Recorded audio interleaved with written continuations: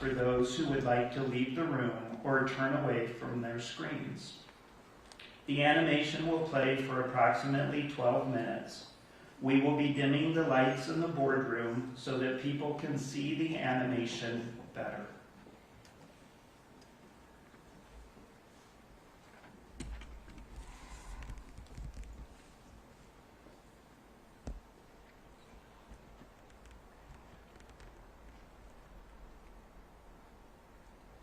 On January 29, 2025, about 8:48 p.m. Eastern Standard Time, a Sikorsky UH-60 Lima helicopter operated by the United States Army and a PSA Airlines CRJ-700 collided in flight approximately 1/2 mile southeast of Ronald Reagan Washington National Airport, or DCA. The 2 pilots, 2 flight attendants, and 60 passengers on board the airplane, and all 3 crew members on board the helicopter were fatally injured. The military helicopter flight originated from Davison Army Airfield, Fort Belvoir, Virginia. The flight was an annual evaluation for the pilot with the use of night vision goggles. The airplane was operated by PSA Airlines, doing business as American Airlines Flight 5342, a scheduled domestic passenger flight under Title 14 of the Code of Federal Regulations, Part 121, from Wichita, Kansas to Washington, D.C. Night visual meteorological conditions prevailed at the time of the accident. In the radio communications, the accident airplane was using call sign Blue Streak 5342, and the Army helicopter was using call sign Pat 25. The Federal Aviation Administration provides charts that specify helicopter routes to facilitate operations in high-traffic areas. The helicopter routes have no defined lateral boundaries, but they do have maximum altitude limits. The helicopter routes are depicted by a blue line on the Google Earth image.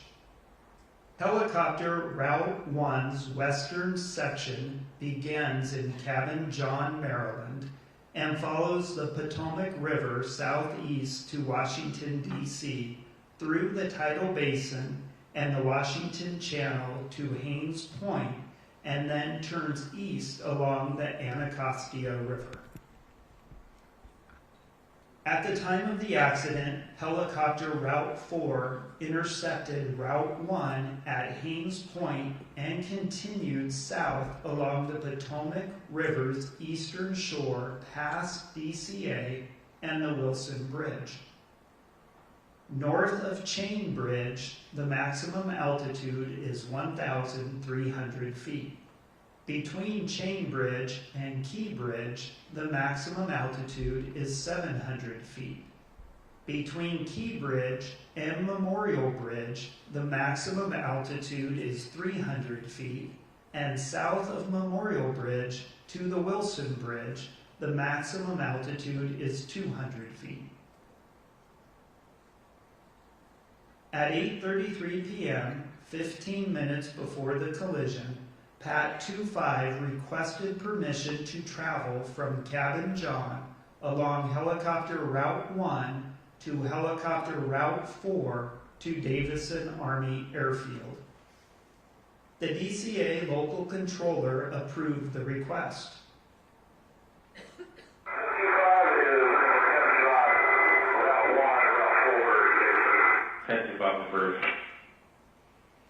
There was no communication between Pat 25 and the DCA local controller for 12 minutes. At 8:39 p.m., 9 minutes before the collision, Flight 5342 was cleared for the Mount Vernon visual runway 1 approach to DCA by Potomac Terminal Radar Approach Control. Select in-cockpit communications between the instructor and the pilot in PAT 2.5, primarily about altitude, will be shown on a black background in the animation. At 8:43 p.m., 5 minutes before the collision, Flight 5342 was handed off to the DCA Tower Local Controller. The local controller asked the crew of Flight 5342 if they could switch their approach from runway 1 to runway 33. Bushir 5342, Washington Tower 1 star 32017, code 25. You take runway 33. The crew accepted the change and they were cleared to land on runway 33.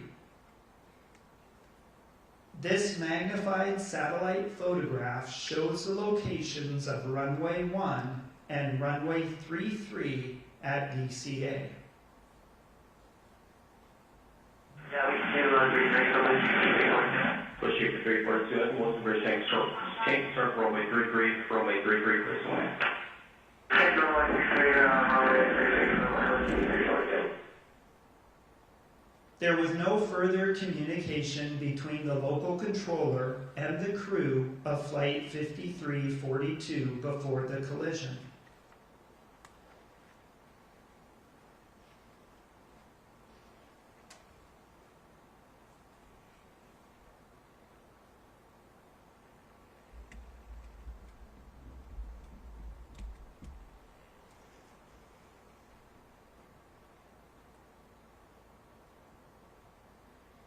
This animation shows aircraft in the vicinity of DCA for the 3 minutes before the collision. The local control and helicopter control positions were combined, and the local controller was communicating with 6 airplanes and 5 helicopters. Communications took place on an airplane radio frequency and a helicopter radio frequency. The local controller was broadcasting on both the airplane and helicopter radio frequencies, but airplane communications were only heard in other airplanes, and helicopter communications were only heard in other helicopters. The animation includes air traffic control audio for both the airplane and helicopter frequencies. A transcript of the controller communications will appear in the upper left, and the local controller will be indicated on the map. A transcript of aircraft communications will appear in the lower left, and the aircraft call sign will be highlighted on the map. The controller was also communicating with aircraft outside the bounds of this map, which will be indicated.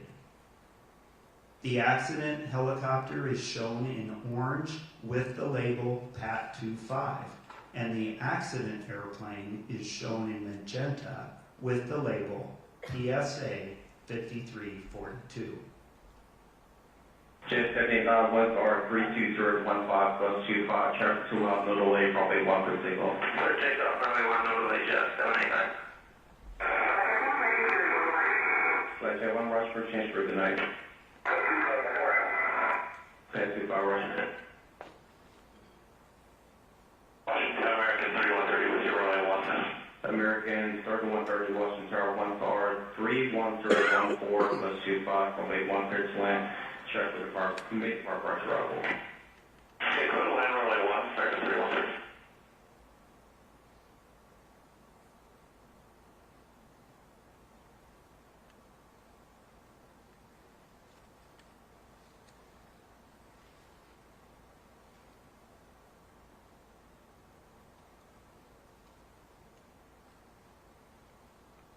Jet 789, contact on March, good day. Okay. American 7130, slow to follow. American 313. Head 25, traffic just off the Wilson Bridge to Sierra Shade at 1,200 feet, start runway 33. Just over through. American 1630 tower, runway 1 off void, check through outside runway 33, just check 16 off home. Left, right, runway 100, 1630.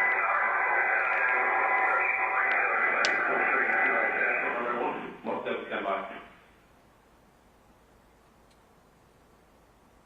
Just shoot 307, keep rolling out to November, ground force in today.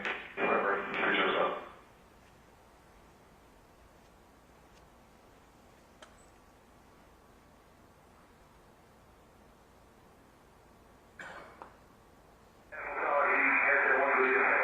American 1630 1 star 32014, go to 5, traffic 2 mile elevation, runway 33, no delay, runway 1 clear for immediate takeoff. Number 1, clear to take off, American 1630.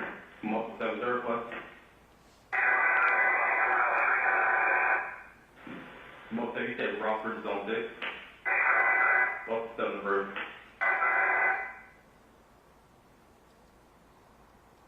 American 472, National Guard, 18, airfield 1, we're going to take another helicopter, look over to C-2991 on the altimeter, requesting zone 6,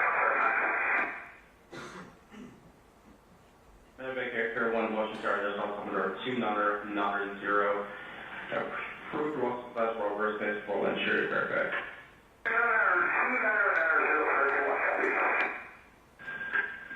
Back to 5, is CRJ in flight? Back to 5, F1 is CRJ. Yes, sir.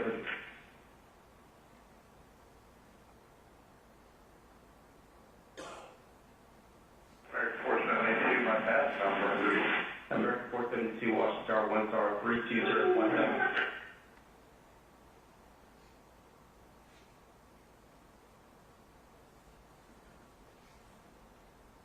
The following video shows the airplane and helicopter leading up to the point of collision. The video was recorded by a camera located near the approach end of runway 33 at DCA, oriented to the south. The video shows the night lighting conditions and the appearance of the aircraft lights against the cultural lighting of the city. Aircraft lined up on approach to DCA can be seen in the right corner of the screen. The flashing lights identify the touchdown zone of runway 33's landing threshold. Flight 5342 is visible in the upper left corner as it approaches runway 33. Pat 25 appears from the left side of the screen, moving to the right as the two aircraft cross flight paths.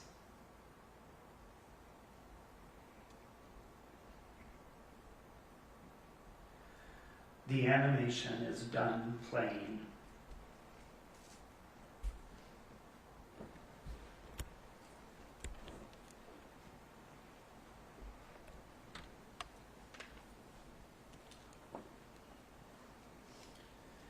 A visibility study documents the location, size, and movement of other aircraft in each respective pilot's field of view, and how the aircraft structure might limit that field of view.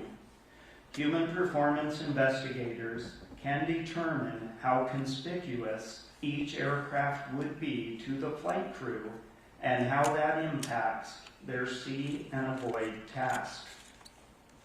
The visibility study faced additional challenges due to the night conditions and use of night vision goggles by the helicopter crew. As we will discuss, it is difficult to accurately represent how the night lighting or cultural lighting looked to the crews at the time of the accident.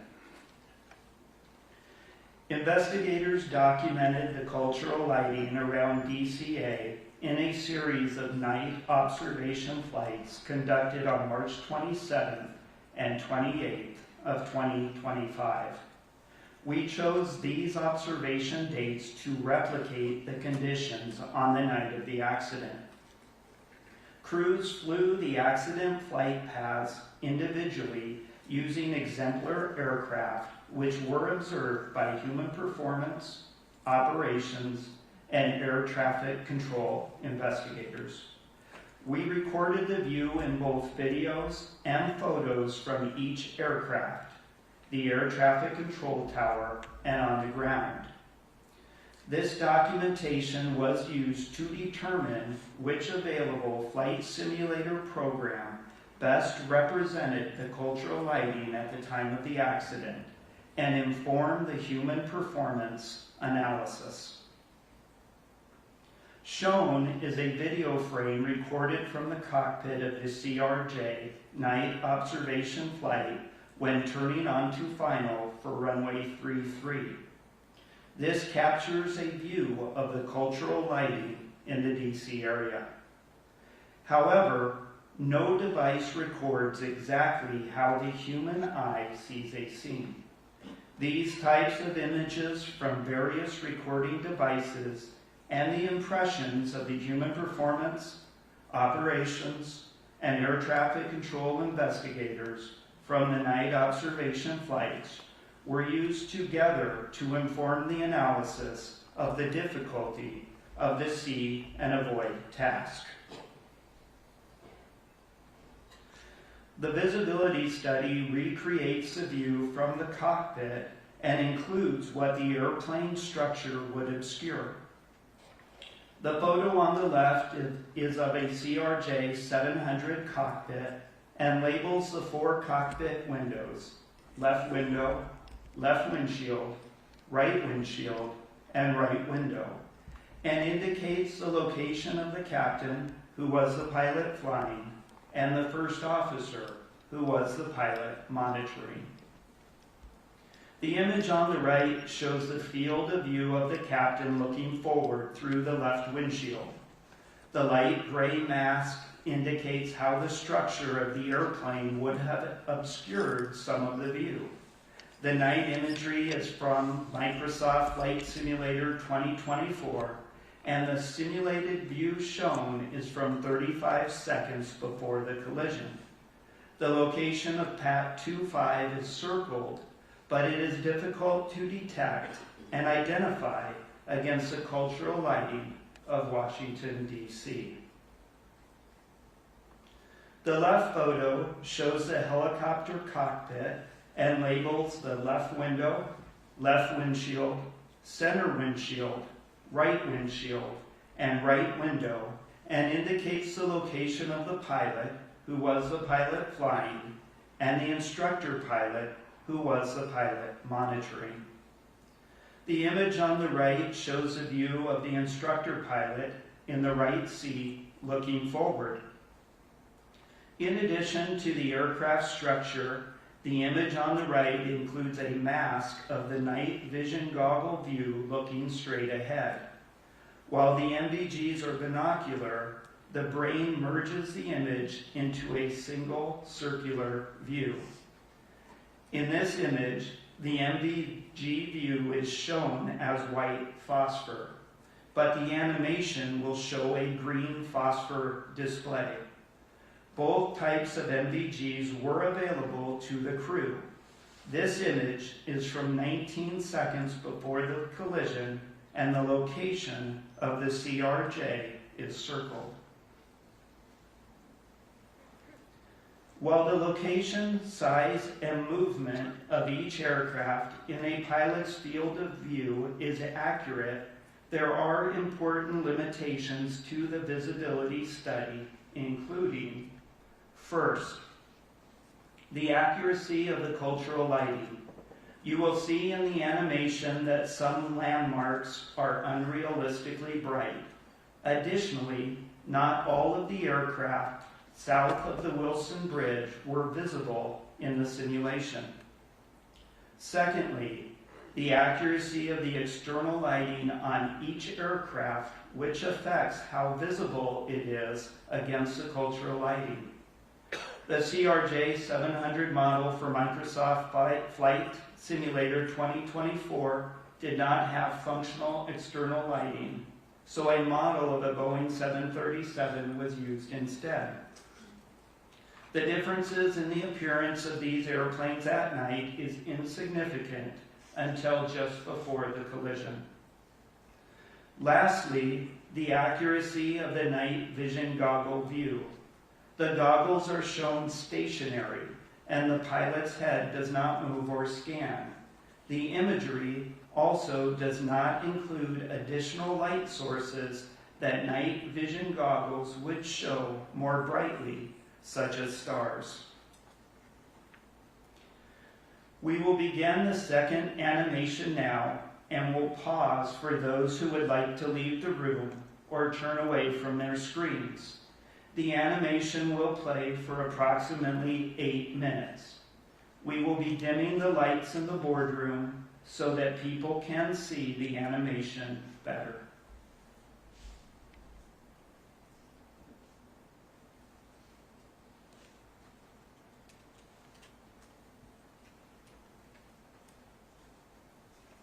This animation presents a simulated view from the right seat of the helicopter.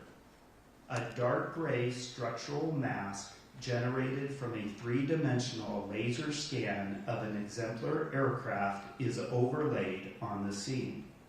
A light gray mask depicts the mounting structure of the night vision goggles positioned for the instructor pilot looking straight ahead. The green tint mimics a green phosphor visual effect, but the actual behavior of the night vision goggles has not been simulated. Crew communications transcribed from the cockpit voice recorder are shown as text at lower left.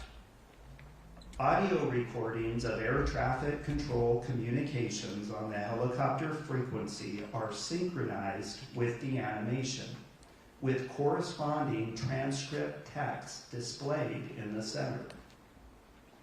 Radio interference blocked some transmissions from the local controller and other helicopters.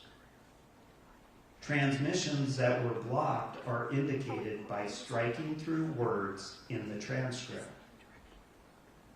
A moving map depicting the locations of PAT 25 and Flight 5342 and synchronized with the view from the cockpit will be shown at lower right. 78,000 winds are 32015 plus 25, check 2 out, no delay, runway 1 for takeoff.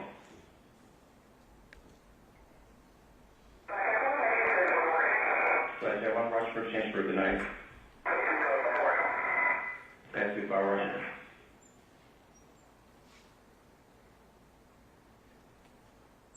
American 3130 Washington Tower 1 Tower 31014 plus 25 from 81 clear to land.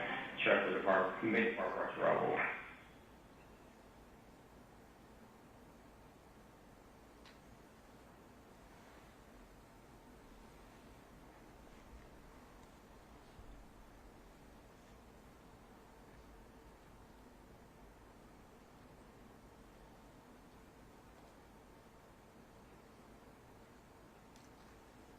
Yeah, 789 contact on March today. American 7130 floating phone. Pass 25, check just off the Wilson Bridge to TRJ at 1,200 feet, start runway 33. Just a fresh group. American 1630 tower runway 1 off board, check throughout start runway 33, just check 16 off phone.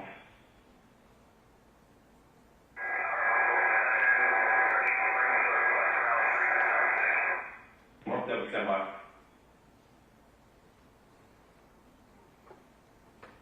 307. Keep rolling out to November ground plus them today.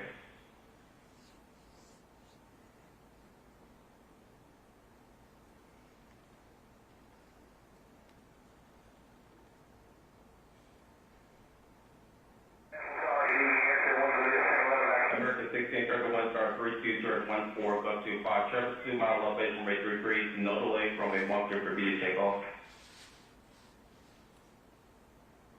7 plus. Most of you said Rockford is on 6. Most 7 proof.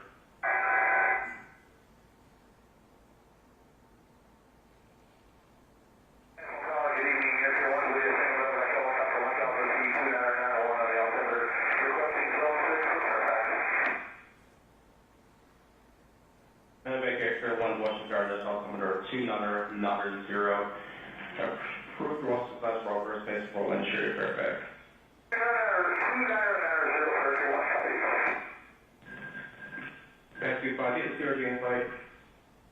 Pass 25, pass line is CRJ.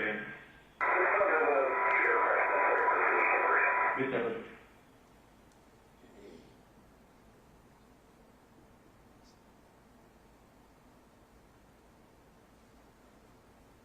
Director 472, Washington Tower, 1 star, 32017.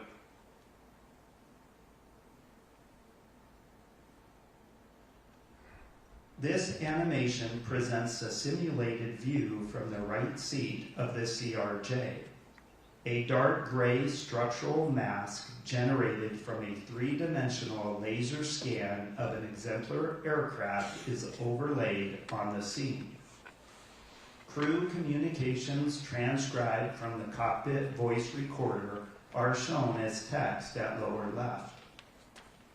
Audio recordings of air traffic control communications on the airplane frequency are synchronized with the animation, with corresponding transcript text displayed at lower right. A moving map depicting the locations of both aircraft synchronized with the view from the cockpit is shown at upper left. Jet 785, 1 star, 32015 plus 25, traffic 2 miles, no delay, runway 1 for takeoff. Clear takeoff, runway 1, no delay, Jet 789. Flight Jet 1, rush for change for good night. Pass 25, Washington. Washington, American 3130 with your runway 1. American 3130, Washington Tower, 1 star, 31014 plus 25, runway 1 clear to land. Check with the park, main park rush arrival. Okay, clear to land, runway 1, American 3130.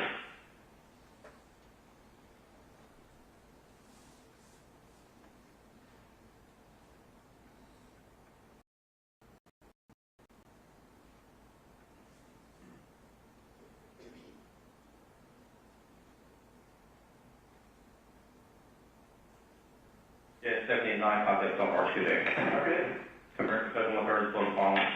American 3130. Pass 25, traffic just off the Wilson Bridge to CRJ at 1,200 feet, start runway 33. Just over through. American 1630, tower runway 1 off wood, traffic throughout start runway 33, just shut 16 off follow. Left wait, runway 1, American 1630. 472 by Castle, runway 1. Mark 7, stand by. Issue 5307, keep rolling out to November, ground plus today. November 307.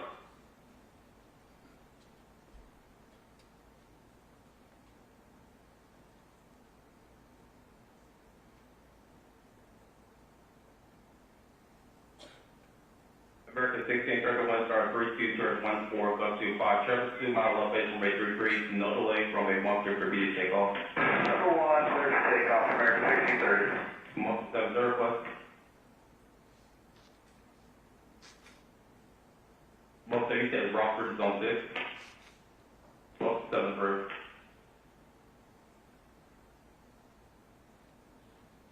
American 4782, visual 1.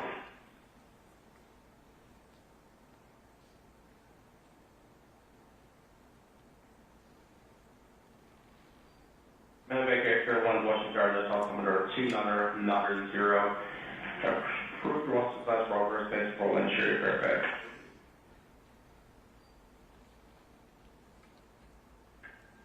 Pass 25, get the CRJ in flight. Pass 25, pass line is CRJ.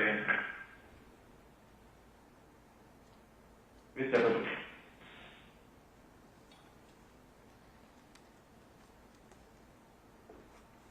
American 472 by pass, American 472, Washington Tower, 1 star, 32017.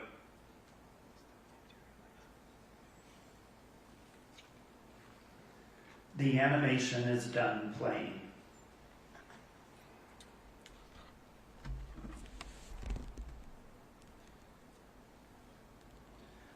The wreckage of both aircraft were located in the Potomac River in water depths ranging between 1 to 8 feet, depending on location and tidal conditions.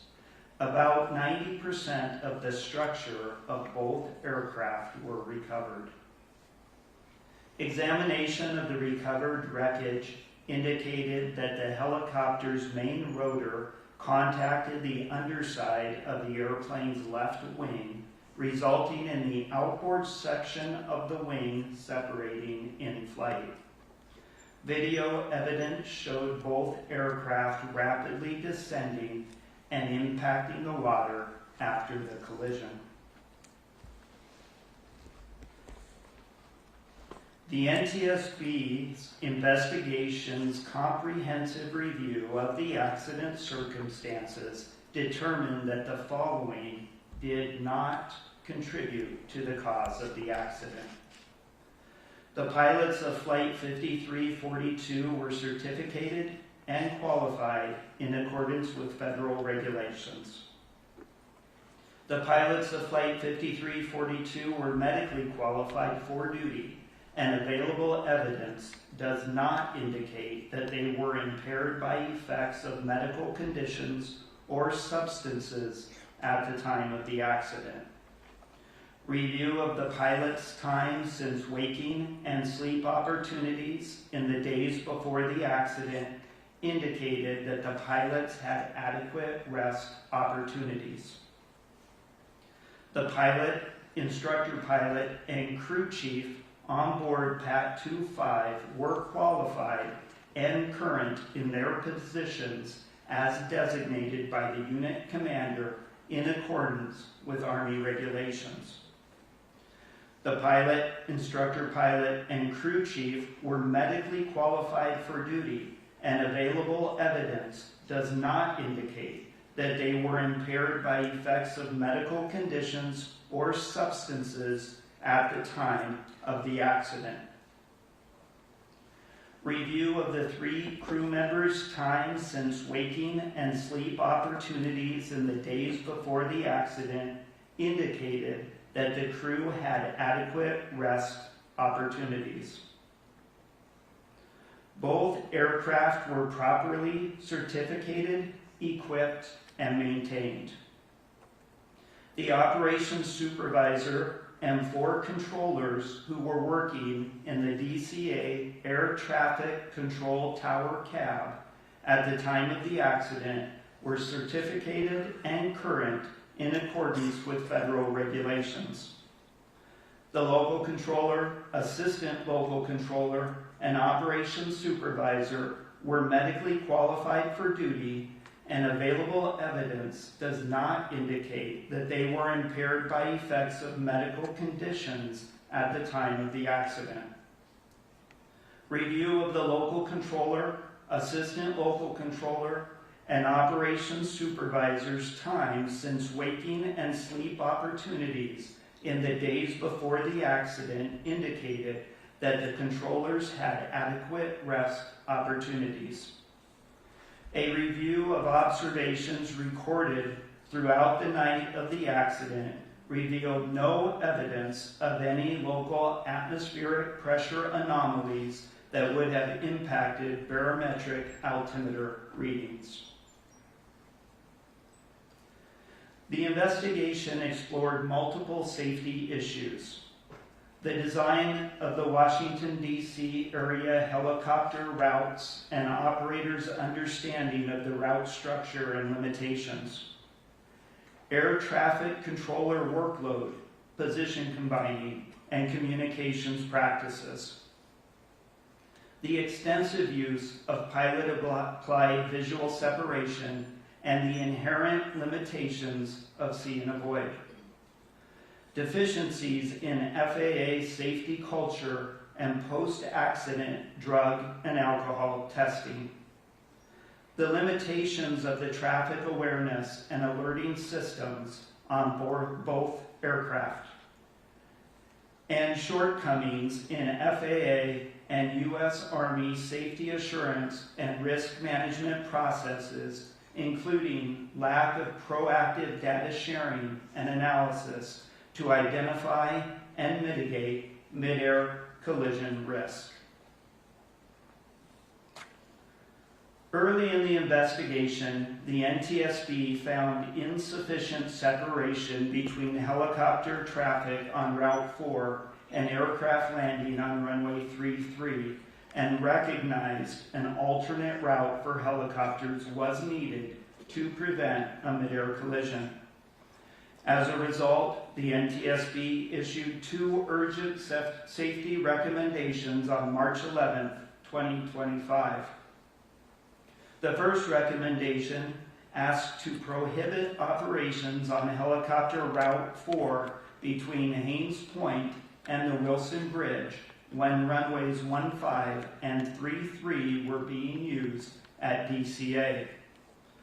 The second recommendation asked to designate an alternative helicopter route that could be used to facilitate travel between Haynes Point and the Wilson Bridge when that segment of Route 4 was closed.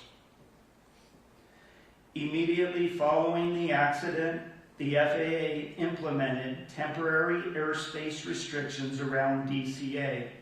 On March 14, 2025, the FAA removed from helicopter route charts the section of helicopter Route 4 between Haynes Point and the Wilson Bridge.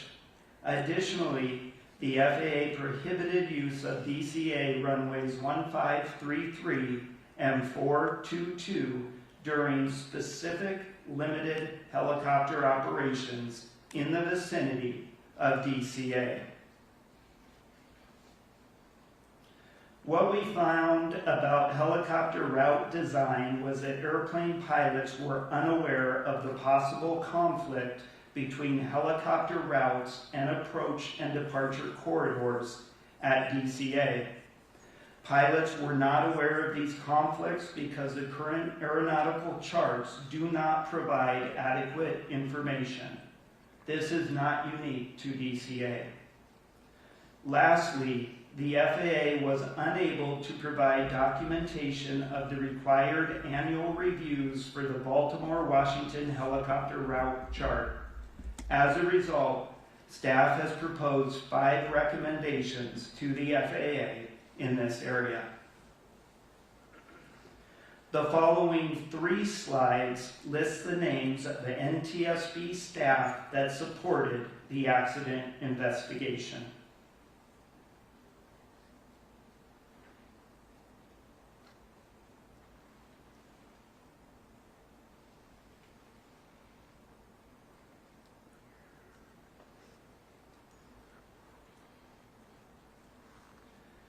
NTSB invited qualified parties to participate in our investigation. The next 2 slides list out the parties.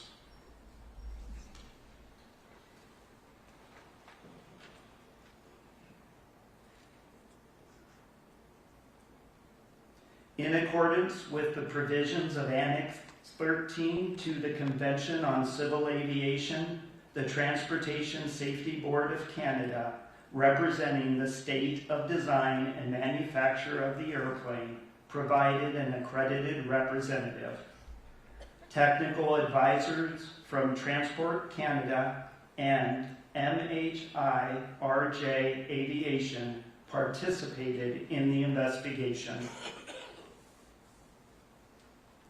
Staff will be giving presentations on the following topics: air traffic control, human performance as it relates to air traffic control, and the FAA's post-accident drug and alcohol testing of air traffic controllers. A discussion will follow these presentations. Then presentations will be provided for automatic dependent surveillance broadcast, or ADSB, and collision avoidance systems, helicopter operations, and human performance as it relates to both aircraft. A discussion will follow these presentations. Lastly, we will have a presentation on safety data and safety management systems, followed by discussion rounds. Chairwoman Hamidi, This concludes my presentation. Mr. Soper will now discuss air traffic control. Good morning. My presentation will discuss the airspace surrounding DCA, helicopter Route 4, formation and activities of the DCA ATC Tower Helicopter Working Group, the DCA Tower Facility Level Classification, traffic management challenges at DCA, combining of local and helicopter control positions, use of visual separation, traffic advisories, ATC safety alerts, and positive control. The airspace surrounding DCA is uniquely complex, being a Class B airspace that includes the Washington, D.C. Special Flight Rules Area, or SFRA, Flight Restricted Zone, or FREEZE, as well as prohibited areas. The tower's delegated airspace at DCA is also more expansive than that seen at similar airports, covering more than 520 square miles and containing extensive helicopter operating areas and routes charted on the Baltimore-Washington helicopter route chart. Helicopter Route 4 was established in 1986 in the first edition of the Baltimore-Washington helicopter route chart and had changed very little since that time. Helicopter Route 4 was one of several charted routes designed for the transition of helicopters through the DCA Class B airspace. The Route 4 design had always posed a proximal conflict to the runway 33 approach corridor and runway 15 departure corridor, but it would continue to be used through the years. The routes were never procedurally separated, meaning there were no written procedures in place to ensure that when applied, aircraft would be automatically separated by a required minimum.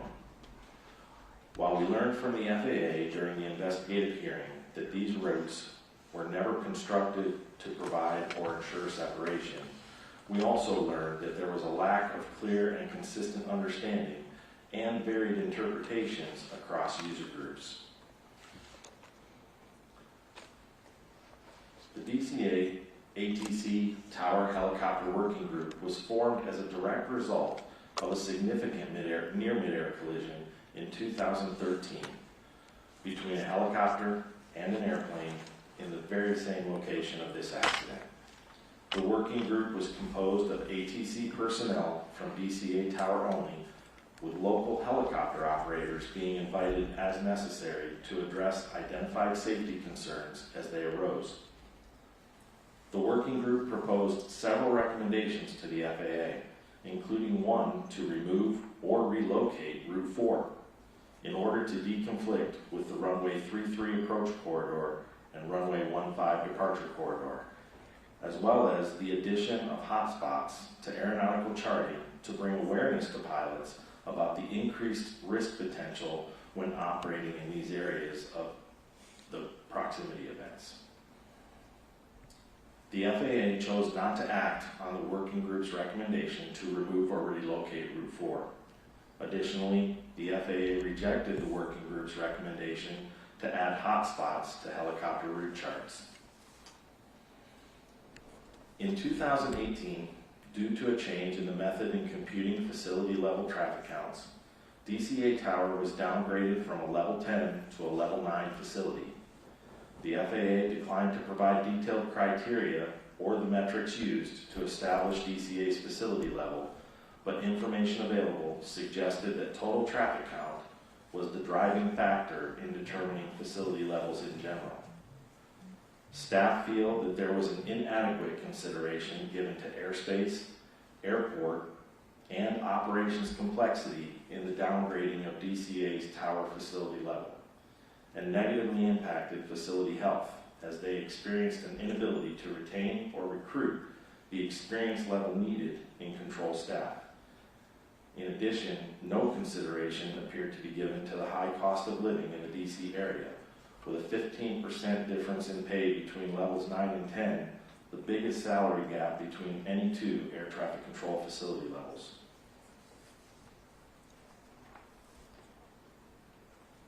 We found that DCA Tower had significant airfield airspace, and mixed fleet operations complexities that were inconsistent with their current facility level. We also found that aside from the traffic count alone, FAA provided no evidence that operational complexities or cost of living were considered in their criteria for establishing air traffic control facility levels. Staff have proposed 2 recommendations to the FAA in this area. According to public records, as of 2023, and reportedly still accurate today, DCA had the busiest single runway in the national airspace system. Total operations exceeding those documented at airports including Chicago O'Hare, Los Angeles, Dallas-Fort Worth, and LaGuardia. DCA was a capacity-constrained airport, and their traffic flow was largely managed through airport arrival rates, miles and trail spacing, and slot controls. Making this management more difficult was the limited surface area and complex airfield geometry at DCA that required regular workarounds by ATC in order to avoid delays or gridlock. The FAA used slots to limit scheduled traffic at capacity-constrained airports like DCA, as well as John F. Kennedy International Airport and LaGuardia International Airport in New York. DCA was limited to a maximum of 67 slots per hour, 60 of those by regulation, and an additional 7 allowed by statute. According to post-accident interviews conducted with DCA ATC staff, certain air carriers would routinely front and backload their scheduling into the first half hour and last half hour of a 2-hour block, which resulted in periods of compacted demand. This resulted in DCA reaching total operations of 80 or more per hour at times. DCA slots are allocated in 60-minute blocks. After LaGuardia experienced similar problems, a rulemaking change was adopted that requires their slots to be allocated in 30-minute blocks, providing more consistent traffic flow.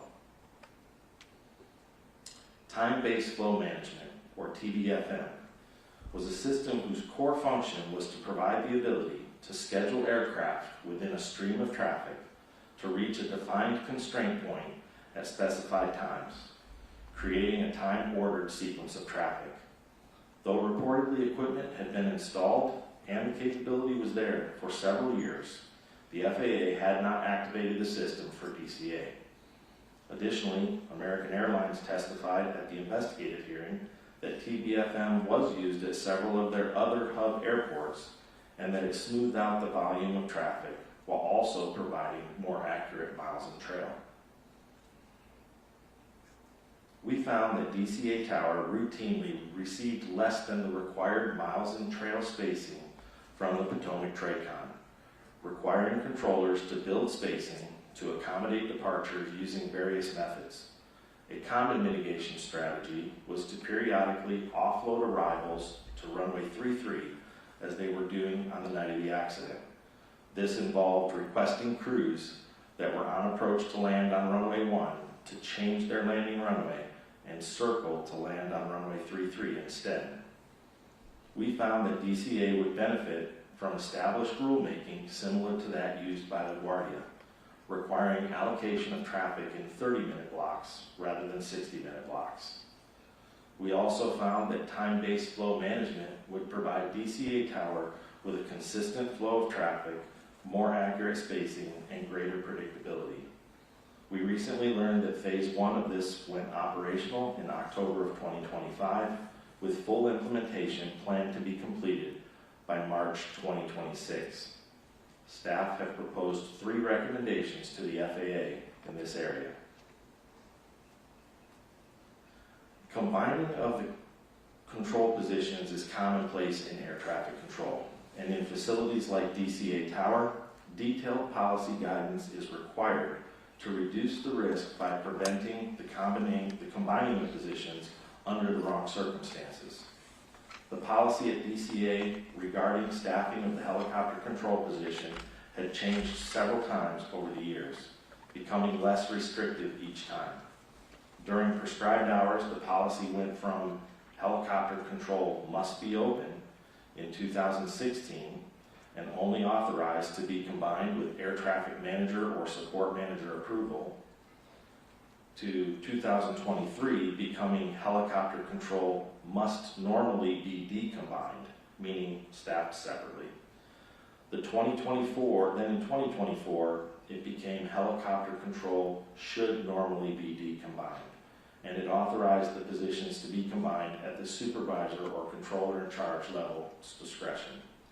The softening in this policy from helicopter control must be open to helicopter control should normally be decombined, with no requirement of a corresponding log entry or rationale, open the policy up for varied interpretation.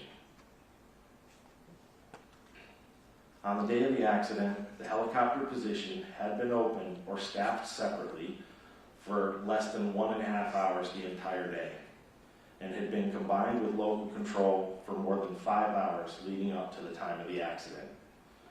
There was no requirement to log the combining of helicopter and control positions, nor any position combination at DCA Tower.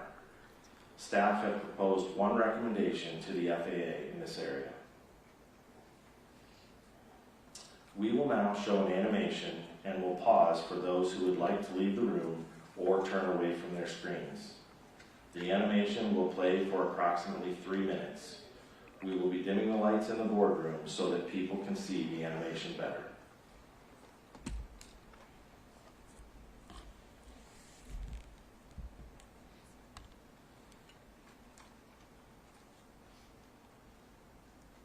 This photograph from the interior of the DCA Air Traffic Control Tower shows the view to the southeast across the Potomac River. Traffic displays can be seen overhead. The traffic displays can be moved to suit the needs of the staff in the tower. This animation presents a simulated view from the tower. The point of view was based on the local controller's recollection of his position. The local controller could have changed position or orientation slightly on the night of the accident. The underlying animation was produced by the Federal Aviation Administration Target Generation Facility Simulation Branch. A dark gray structural mask generated from a three-dimensional laser scan of the tower conducted by NTSB staff is overlaid on the scene. Audio recordings of air traffic control communications are synchronized with the animation. Local controller broadcasts are shown in text at lower left. Aircraft broadcasts are shown in text at lower right.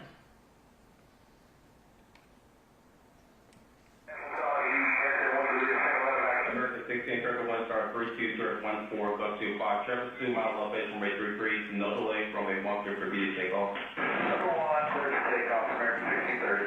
Monster 7 surplus. Most 30 said Rockford Zone 6. Most 7 approved.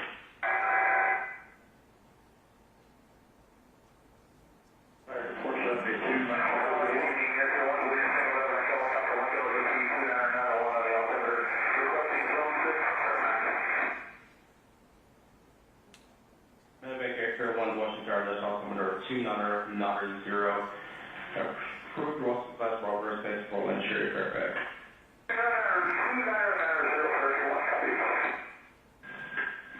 Thank you, 5, it's your game flight. Thank you, 5, Pathfinder is your game.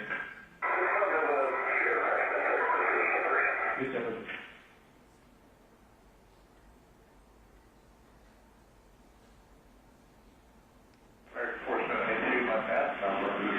American 472, Washington Tower 1 Star 2 Turret 17.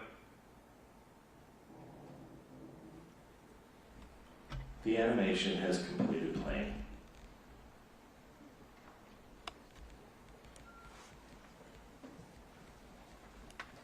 There are two types of visual separation.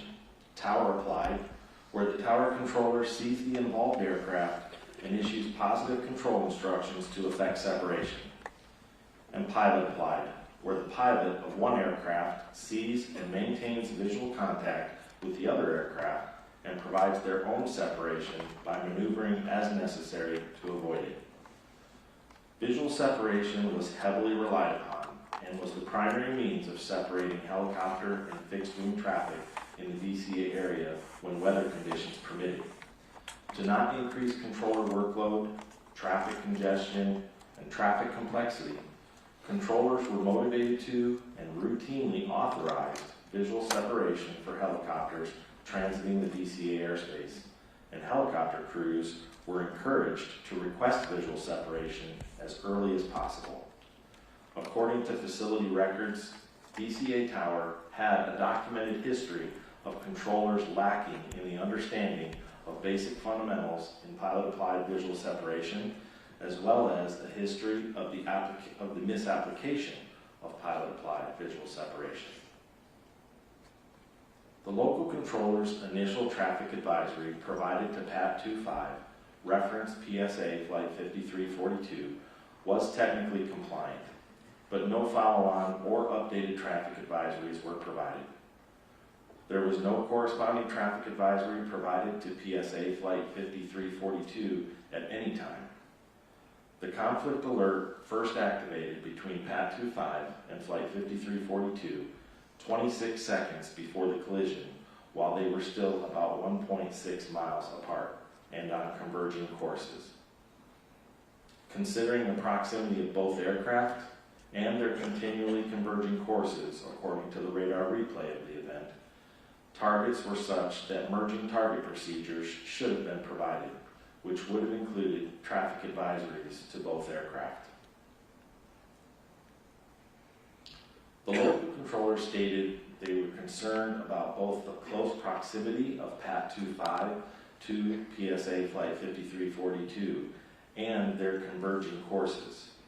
This, coupled with the conflict alert that was active at the time, the controller should have issued a safety alert, which would have included updated traffic advisory information and an alternate course of action if feasible. Neither were done in this case. Had a safety alert been issued, it would have increased the situational awareness of both crews and alerted them of their closing proximity to one another. Additionally, a timely safety alert may have allowed action to be taken by one or both crews to avert the collision. Positive control is defined by the FAA as the separation of all air traffic within designated airspace by air traffic control.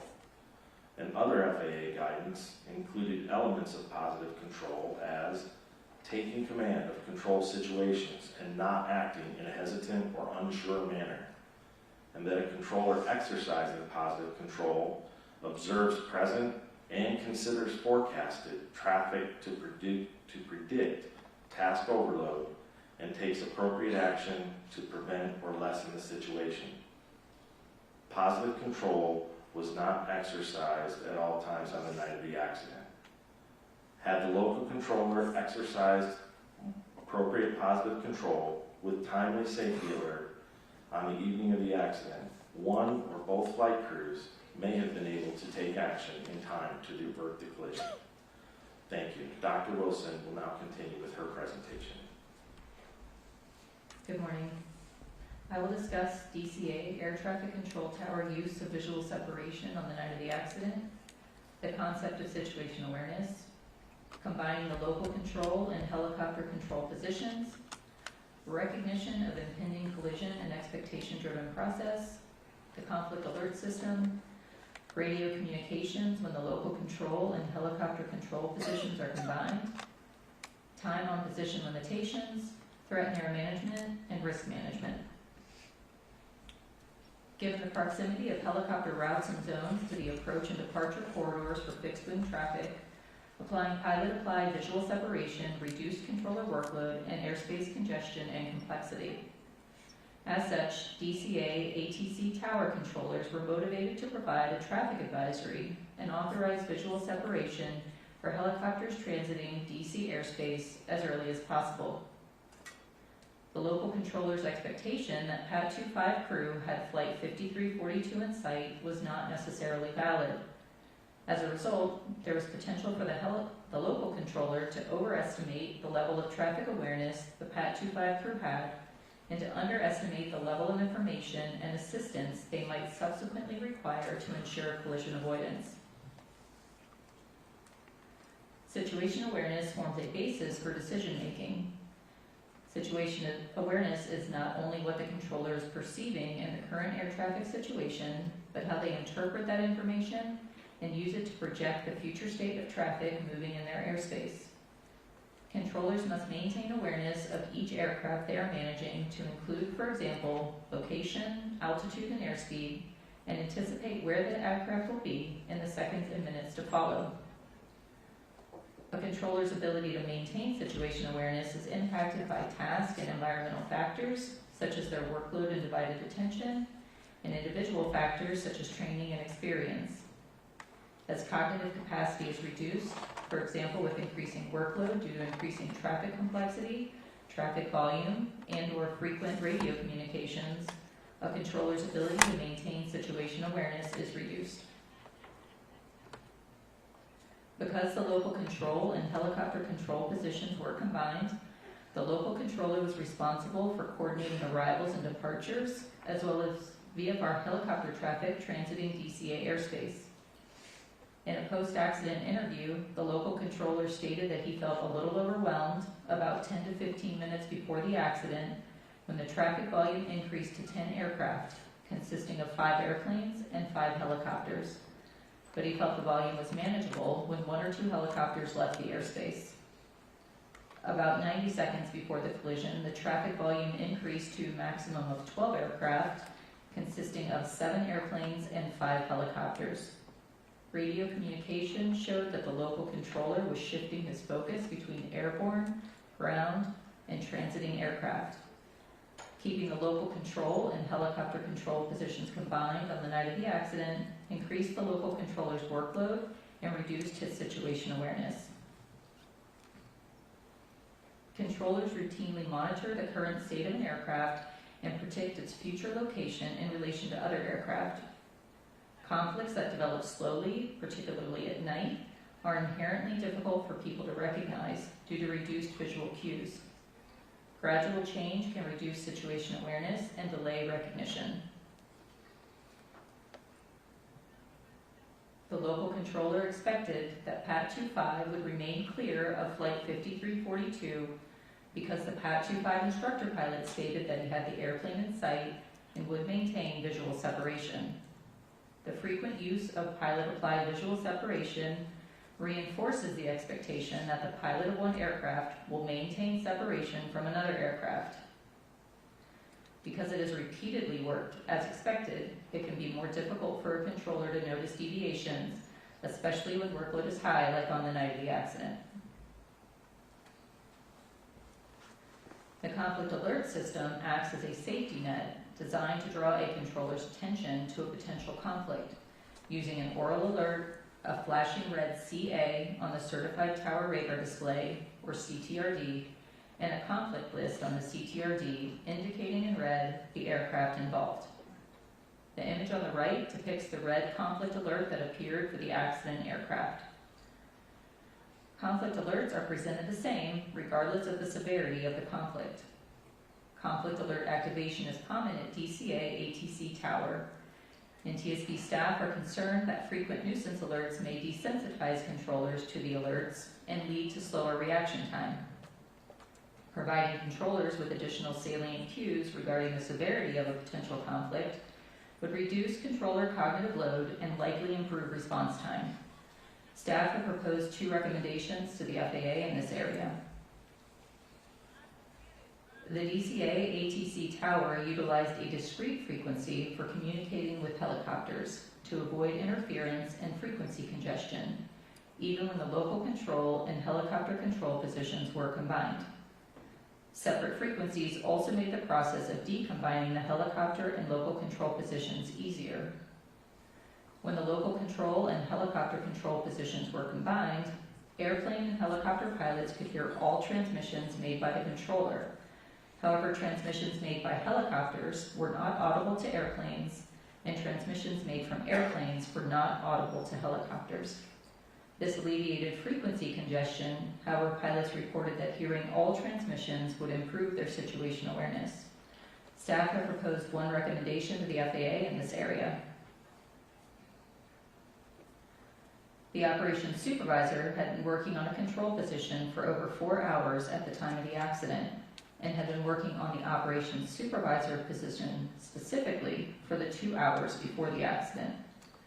Given his extended time on position, it is likely that the operations supervisor was experiencing reduced alertness at the time of the accident, which decreased his ability to effectively assess operational risks. The collective bargaining agreement between the National Air Traffic Controllers Association, or NATCA, and the FAA require relief opportunities for all operational staff. However, the agreement does not cover supervisory personnel, and there are no mandatory relief periods for supervisors. Staff have proposed one recommendation to the FAA in this area. Threat and error management originated in the human factors literature and was first applied in flight tech operations before being applied in air traffic control. Threat and error management, or TEM, is a process for identifying safety risks in the environment, analyzing those risks, and minimizing or mitigating those risks. In November 2016, the NTSB issued Safety Recommendation A-16-51, asking the FAA to provide initial and recurrent training for air traffic controllers on controller judgment, vigilance, and/or safety awareness, with specific reference to 2 mid-air collisions that occurred in 2015.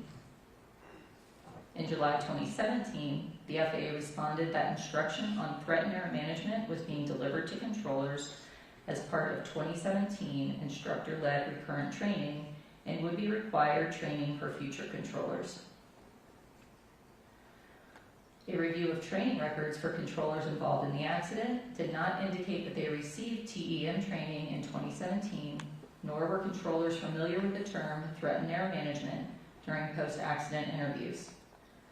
TEM training can strengthen situational awareness, promote team communication, emphasize effective scanning habits, help in recognizing patterns and developing adverse events, and enhance decision-making under stress. TEM training would also benefit controllers performing supervisory duties who are responsible for overseeing facility operations and making operational decisions, such as when to combine or decombine control positions. Staff have proposed one recommendation to the FAA in this area. When making operational decisions, supervisors must balance safety and risk management with the operational demands of the facility. The DCA ATC Tower Standard Operating Procedures did not provide guidance or make a tool available to support supervisors in identifying risks, analyzing the impact of risks, prioritizing risks based on the likelihood and impact, or developing strategies to reduce or eliminate risks. A real-time risk assessment or decision-making tool would have likely benefited the operations supervisor in identifying and mitigating the operational risk factors that were present on the night of the accident. Staff have proposed one recommendation to the FAA in this area. Thank you. Dr. Cahill will now continue with his presentation. Good morning. I will discuss post-accident drug and alcohol testing requirements for FAA-employed air traffic controllers. I also will discuss the post-accident drug and alcohol testing of the local controller, assistant local controller, and operations supervisor involved in this accident. FAA-employed air traffic controllers are subject to federal workplace drug and alcohol testing requirements for Department of Transportation employees.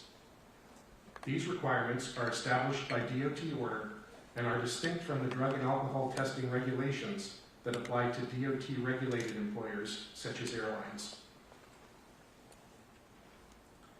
By DOT order, post-accident or post-incident drug and alcohol testing is required after an accident or incident that involves any of the following: a fatality, substantial damage to aircraft, vehicles, or property, required medical treatment away from the accident site, or other unsafe practices as defined by orders or regulations. Controllers are identified as being subject to required testing when their performance provides reason to believe that it may have contributed, or when their performance cannot be completely discounted as a contributing factor. By DOT order, required post-accident drug and alcohol testing must be conducted as soon as possible following an accident. Whenever possible, required post-accident drug testing must be completed within 4 hours of the accident, and required post-accident alcohol testing must be completed within 2 hours. The DOT order allows for drug testing up to 5 days after the accident, and alcohol testing up to 8 hours after the accident. The controllers in this accident underwent workplace post-accident urine drug testing about 18 to 20 hours after the accident. This testing did not find any evidence of prohibited substance use. Post-accident alcohol testing, although required, was not performed. This investigation determined that the FAA Air Traffic Organization made the drug and alcohol testing determination almost 3.5 hours after the accident. The decision was made to test for drugs only because the controllers already had been released from the facility about 15 minutes earlier. Drug testing was scheduled for the afternoon of the day after the accident. Staff found that the ATO's drug and alcohol testing determination was not sufficiently timely to meet DOT's required testing timeframes. Additionally, the ATO's decision to not conduct drug testing as soon as possible and to not conduct alcohol testing at all violated DOT requirements. The ATO's delayed and inappropriate drug and alcohol testing determination was due in part to inadequate ATO staff understanding of the DOT's requirements for timely testing. Staff also found that the ATO's initial event response procedures are inadequately designed to meet requirements for timely testing. Because the ATO procedures dictate that the drug and alcohol testing determination be made concurrently with the services rendered telephone conference. The SRT is a management review to assess air traffic services associated with an event and does not take place until after multiple time-consuming administrative and initial investigative actions, including notifying and convening various personnel and preparing audio communications and radar display information for playback. Staff have proposed 2 recommendations to the FAA and 1 to the DOT in this area. This concludes my presentation, and we are now ready to answer your questions. Thank you all very much. Thank you, Mr. Banning, and certainly Mr. Soper, Dr. Wilson, and Dr. Kayaville for your excellent and thorough presentations. As I mentioned at the outset, there's a lot of information in the report, substantially more information than we're able to present in even a day's time. So we have had the pleasure of reviewing your work, your in the draft, and appreciate that. I have a question. I have a lot of questions in this area, but one I want to start with. Ronald Reagan Washington National Airport opened in 1941. Runway 1533 was part of the airport's original configuration since it opened. The Baltimore-Washington helicopter route chart was published in 1986, maybe went through one small change to add a compulsory reporting point around Wilson Bridge. Between 1991 and the time of the accident, there had been changes to route altitudes and police zone boundaries, but not any substantial changes to the route. You mentioned that the routes were never designed to ensure separation in your presentation. Yet we know over time concerns were raised repeatedly, went unheard, squashed, however you want to put it, stuck in red tape and bureaucracy of a very large organization, somehow didn't make it up. Repeated recommendations over the years, so much so that DC Tower took it upon themselves to create a helicopter working group because they had concerns. How is it that no one, absolutely no one, in the FAA did the work to figure out there was only 75 feet, at best, 75 feet of vertical separation between a helicopter on Route 4 and an airplane landing on runway 33? How is it nobody, until we did this investigation?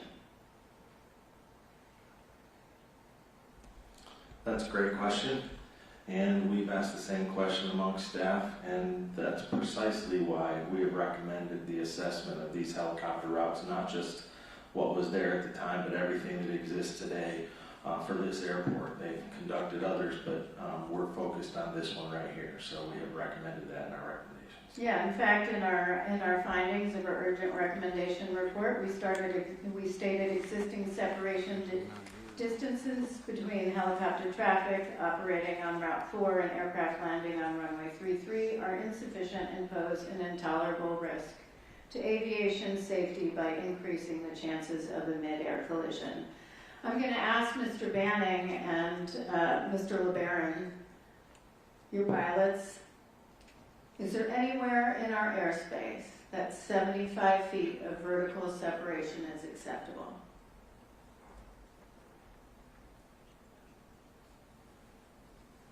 I'd say not to me, as a pilot.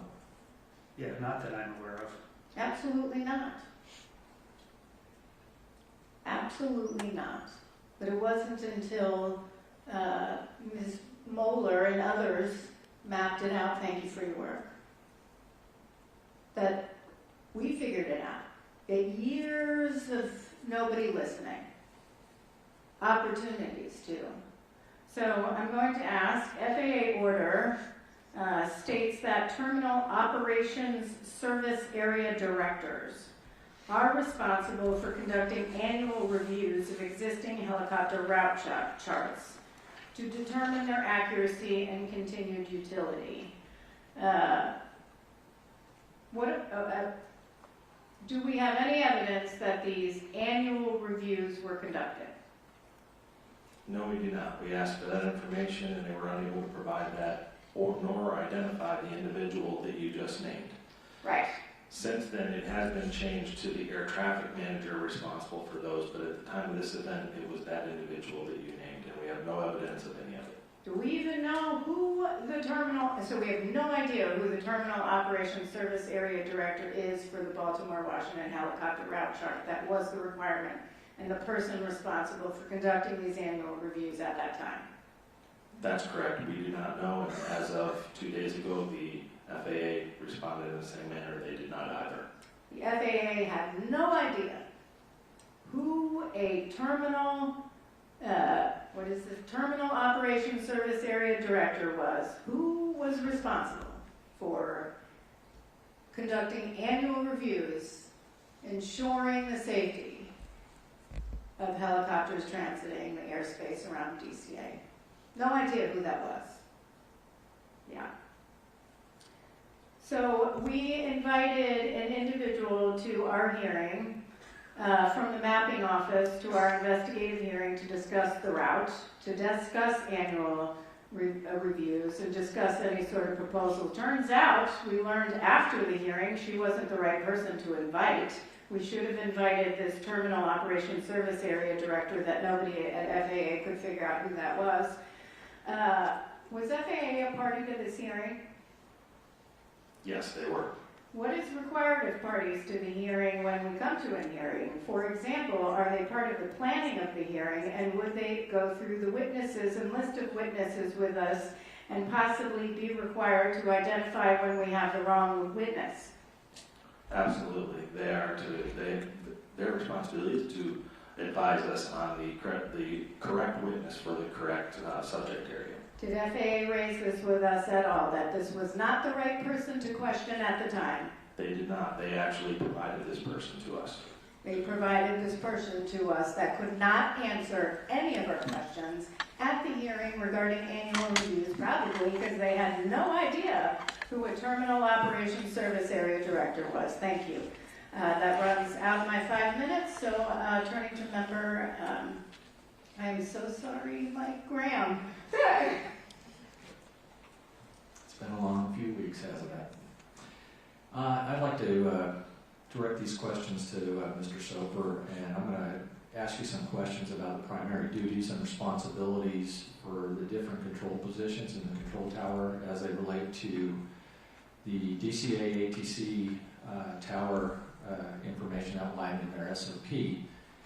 As a former controller yourself, I want you to share your perspective on which duty or responsibility is most important for each of the following positions. What would that be for the local controller? According to the DCA's SOP, Air Traffic Control Tower's SOP, the local controller must provide initial separation between successive departures and arrivals, and provide separation between arrivals and departures in those aircraft operating under their jurisdiction airspace. That's their primary duty. Yes. How about the helicopter controller? The helicopter control, according to the SOP, is to separate VFR traffic from the DCA arrivals and departures or fixed wing traffic, issue safety alerts and traffic advisories as required, and to clear VFR aircraft on routes or into zones as depicted on the Baltimore-Washington helicopter route chart. How about the assistant local controller? They are there exactly like you might think, to alert the local controller or assist and alert the local controller of any unusual situations or developing traffic conflicts, maintain surveillance of the local traffic pattern and landing areas, and utilize visual memory aids when required to help them not miss anything, and assist the local control in monitoring aircraft in their airspace as well as on the CTRD or the control tower radar display. And how about the primary duty and responsibility for the operations supervisor? The operations supervisor provides operational supervision and directs the tower operation to ensure an efficient flow of air traffic, making necessary notifications of suspected operational errors, islet deviations, near-mid-air collision reports, other incidents requiring notifications, combining and decombining of positions in accordance with criteria outlined in their SOP. Thank you. Can you share a brief summary of how the decision In these core hours, period. If the supervisor or CIC has a need to combine or decombine, if they were already combined, the positions there to consider, they have a list of 7 things, which I can list here for you: the weather conditions, VIP movements, special helicopter operations, training initiatives, staffing constraints, air carrier traffic volume, helicopter traffic volume within the DCA Class Bravo. So when making a decision to combine or decombine, they should be taking all of these into account. and who makes that decision to combine or decombine? At that time, it was the operations supervisor. Okay. If they were to decombine, which they were not at the time of the accident, did they have enough personnel on the tower to do it? They did. They did. Okay. So based on the procedures and the present staffing levels in the tower, with 12 aircraft total on frequency in the 90 seconds leading up to the accident, as well as a steady stream of helicopter traffic in the airspace all evening, in your opinion, should the local and helicopter control positions have been decombined at the time of the accident? Staff looked at this very closely, and we agree that we believe they should have been decombined in accordance with their manual. However, softly it may have been written, and that we focused some recommendations actually in this area because we're concerned about that combining of positions. All right, one last question. I know there's a good discussion of this in the draft report of the operations supervisor's extended time on position without a break. And I think Dr. Wilson had talked about this. Based on your investigation, are there any other factors you see as potentially playing a role in the operations supervisor's loss of situational awareness and the reduction in their ability to proactively assess the risk posed by the traffic and the environmental conditions at the time of the accident? We looked at a number of factors that could have impacted his performance, or his awareness on duty that day, but we really felt that his extended time on position was the reason that he had the decreased vigilance and attentiveness. And was there anything that looked at as the amount of time that they had been at that facility? Could you clarify what you mean by That supervisor, how long had they been at that facility and making their tenure there? That's okay, I'm past my time. I understand what you're saying. So yeah, he was a relatively new operations supervisor, and one of the recommendations that we have, particularly for the threat and error management, is we think that that would have benefited him on making better decisions that day as well. But they had prior experience as a controller, correct? Yes, he At did. that He was new facility. to being an operations supervisor, but had been a controller for some time. Thank you. Member Inman. Ken, I want to follow up just a little bit on that, because you mentioned threat and error management. We made this recommendation in 2016 based on something we had seen, and the response we got was, yes, we're going to do it, and all new controllers are going to get it. We were promised that this was happening, right? We were. Did they do it? When we reviewed the training records for the controllers involved, we did not see that they received the integrated safety training workshop, which included threat and error management training. We did see that the operations supervisor did have a workshop of that same name several years, a couple of years before, and then a new hire who was working on position, not one of the controllers involved, he had a workshop in, I believe, 2023 with that same name. But that was the only evidence that we had of that workshop being provided to any of the controllers on duty. So you just mentioned 2 people, Yes. One and was, there were 21 that were assigned to the tower?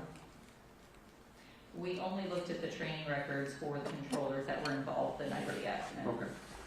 But obviously, what we were told that has happened and was occurring did not actually occur. We don't have evidence that it occurred. It's okay, I can say that. Thanks, Kathy. It's kind of like congressional testimony. I'll get you there eventually. Dr. Cahill, you mentioned about alcohol and drug testing, and I know we don't know or don't believe that it may have played a role in this, but it's obviously a violation, something we've looked at many times before. Is that correct? This is not the first time that we've seen it, and you're correct. We did not find any evidence that this was an issue in this accident, but we did address it as a safety issue in our recommendations. So you saw the investigative hearing, correct? Yes, sir.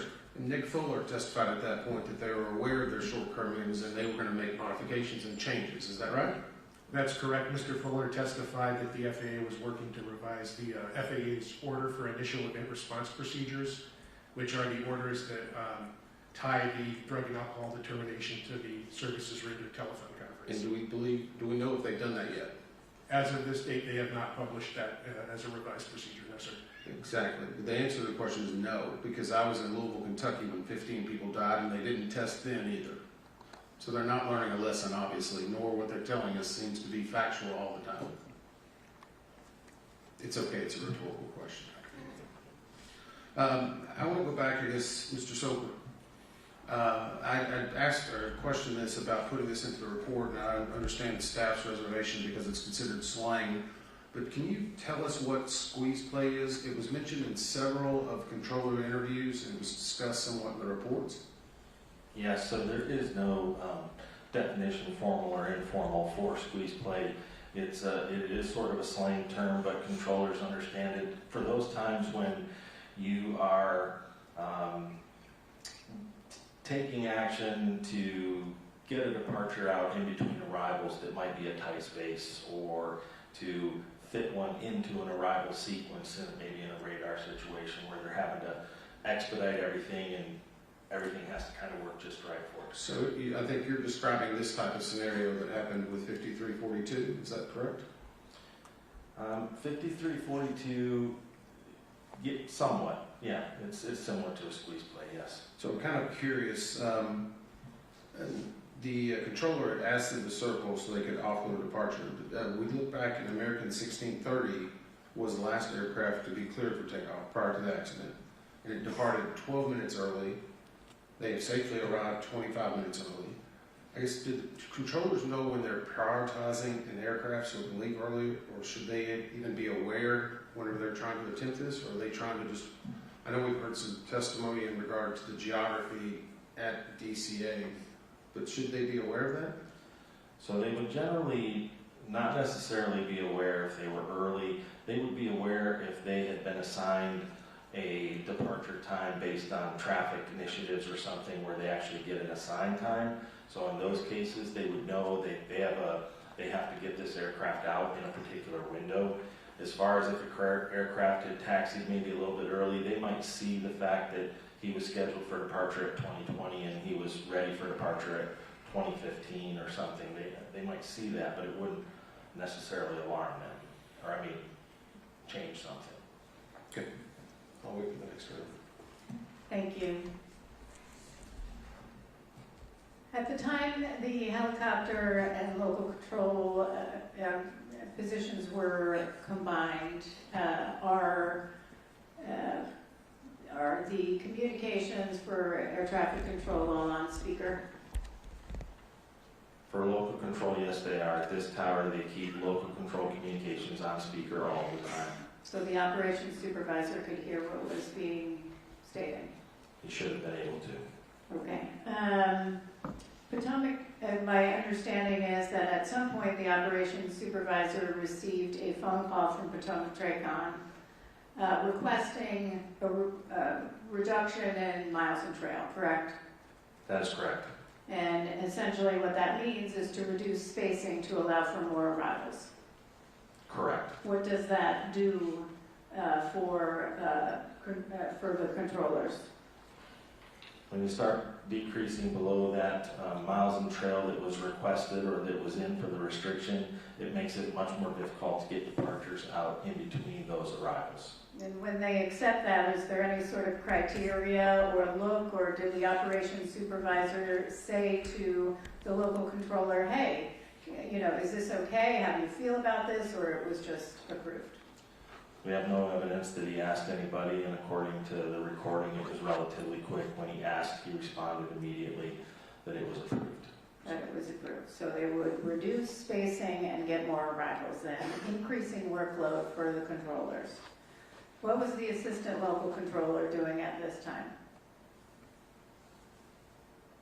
At the time that they made the decision to... I'm sorry, at the time of the accident, time of the collision? So at the time of the accident, according to post-accident interviews, the assistant local controller was writing down information on helicopters. And what is the role of the assistant local controller? To assist the local controller in surveilling the airborne aircraft and monitoring the CTRD for conflicts and alerts.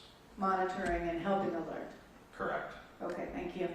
How was the mix of, actually I'm going to read this from our report because I don't want to catch off guard because you don't have the full report right in front of you. But I do think it's worth noting that in our report we state DCA's capacity constraints. Since 1991, annual air carrier tower operations increased from 175,224 to a peak of 294,312 in 2024. Over the same period, tower operations attributable to air taxi and general aviation declined substantially. Air taxi operations peaked in 2007 at 118,228 operations, but fell to 1,594 operations in 2024. General aviation operations declined sharply after 2001 from 32,286 to fewer than 3,000 operations per year in every subsequent year. Air taxi, GA, meaning general aviation, and military operations accounted for 43.8% of all fixed-wing instrument flight rules operations in 2007, but only 1.3% by 2025. This change also altered the mix of traffic operating at DCA, with smaller airplanes increasingly replaced by larger air carrier category aircraft, because larger, heavier airplanes have more restrictive performance margins, On DCA's shorter runways, demand for runways 119, the airport's longest runway, increased. What did this change in the mix of traffic do did this increase workload for the tower and any sort of coordination demands for local and ground controllers? It certainly did. We've documented in the report that as we mentioned earlier, even in my presentation, they have the busiest single runway in the national airspace system, and what you just explained is precisely why. And they were using runway 33 to offload some of that traffic in order to get more in and to deal with some spacing, including other measures like tromboning and other things which we could talk about later. But my point is, this did increase workload, and did anyone in the FAA ever say, hey, maybe we should look at how things have changed at DCA? We have found no evidence of that and have made recommendations directly to that. Yeah, well, I wonder if they actually looked at any other airspace or major airports in the U.S. with that member Graham. Thank you, Chair. I think these are for you, Mr. Soper. How often are airport arrival rates reviewed? According to FAA procedure, they should be reviewed annually every February. Okay. And what factors go into those reviews to determine if an arrival rate needs to be reduced? I'm going to look at my notes real quick. No problem.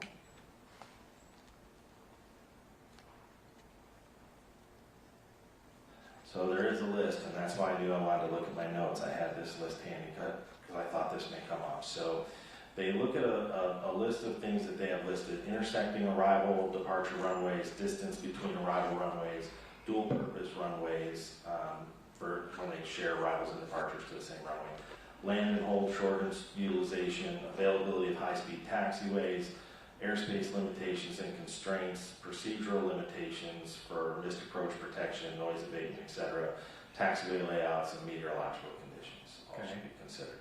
And all those factors in context with DCA, would you say that every one of those factors was in play with the arrival rate at DCA?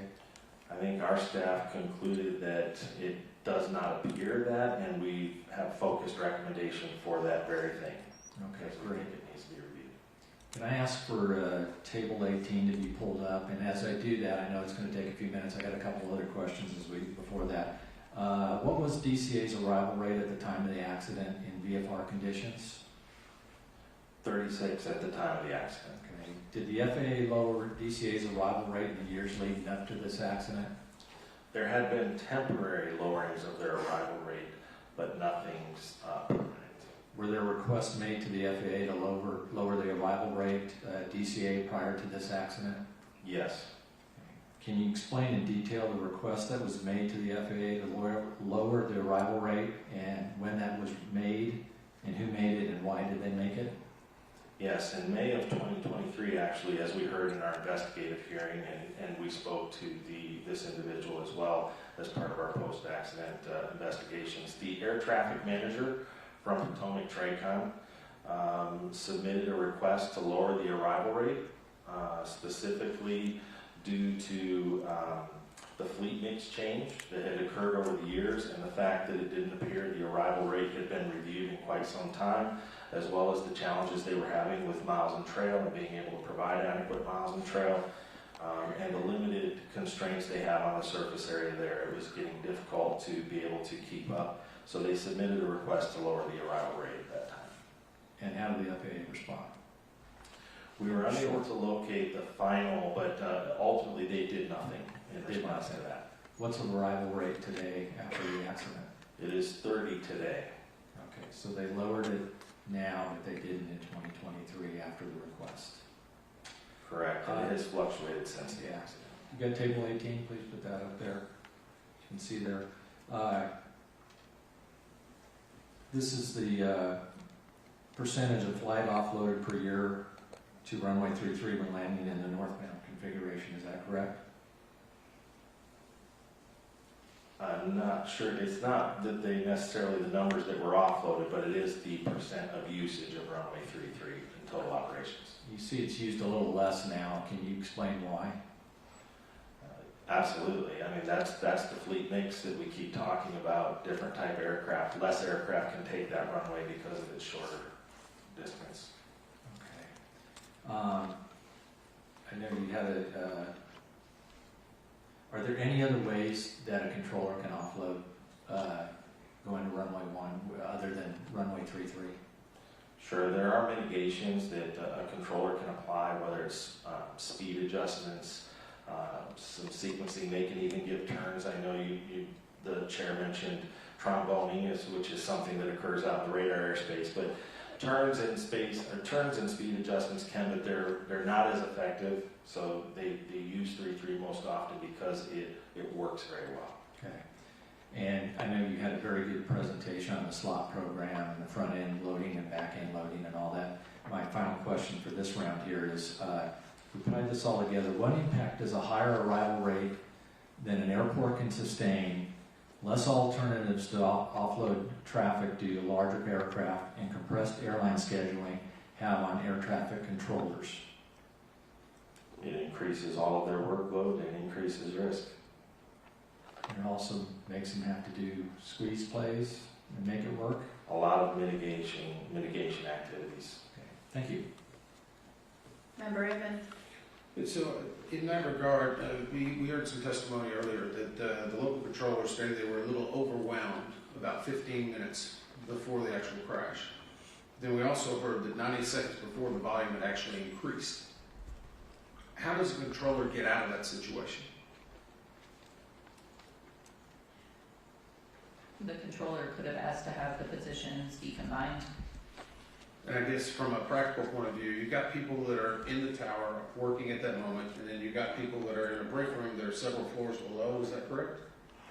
Correct. So if I'm 90 seconds, my volume picks up, and I say I need help, how long is it going to take to get somebody up there to help them? It could take minutes.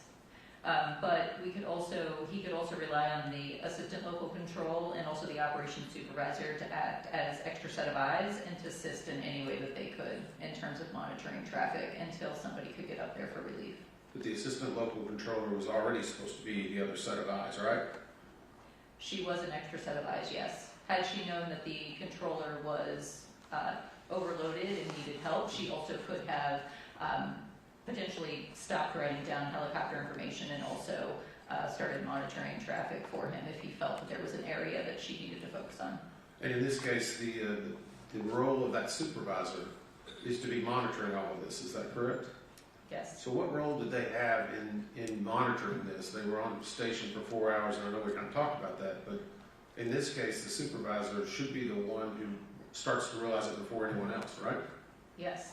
Which is why we've recommended the threat and error management training, which we believe would help with that, as well as a risk assessment tool that they can use in real time. So was that supervisor the one that actually received it out of the 5? He received a workshop with that same name a year or two before. I think it was 2014. So it was technically before the 2017 response that we had from the FAA. So we don't know what was included in his 2014 training. And so it sounds like he's been around for a long time. He was hired in 2011. Okay. I guess how does someone monitor whether a supervisor is actually actively supervising? There would be no one there, I guess, in real time monitoring the supervisor. So there's no real way of knowing if these supervisors are actively engaging unless it's brought up in other reviews. Is that correct? Correct. Okay. I'm going to go to just, and this is for a reference for later. And I've got a reference that we can pull up, and I don't know if we need it. I think, Brian, 14 CFR 91.123. Whenever it talks about ATC clearance obtained. Great, thank you. It says no pilot in command may deviate from that clearance unless an amended clearance is obtained and an emergency exists or the deviation is a response to a traffic alert and collision avoidance system resolution advisory. So I guess my question is, in that regard, we're going to talk about TCAS and ADSB later, but in this instance, if they had gotten some type of warning, the pilots, could they have made any change? or does it have to be what ATC actually tells them? Now, the pilot is always in final command of the aircraft, and in that case, I think we're talking about a traffic advisor, or a collision avoidance alert to them with resolution advisory, and in that case, it meets that exactly, where they will respond to that and they can break away from that clearance. Okay. And we may get to that in the next section. Do we know what the ATC scope showed at the time that this incident occurred? Because I know we've had discussions about whether it rounds up and rounds down. Yes, air traffic altitudes displayed on radar are rounded to the nearest 100 feet. And at the time of the closest time to impact that we can see there, the helicopter was shown at 300 and the CRJ was shown at 200. Wait, You I got that reversed? got that wrong. Hold on. Let me check that.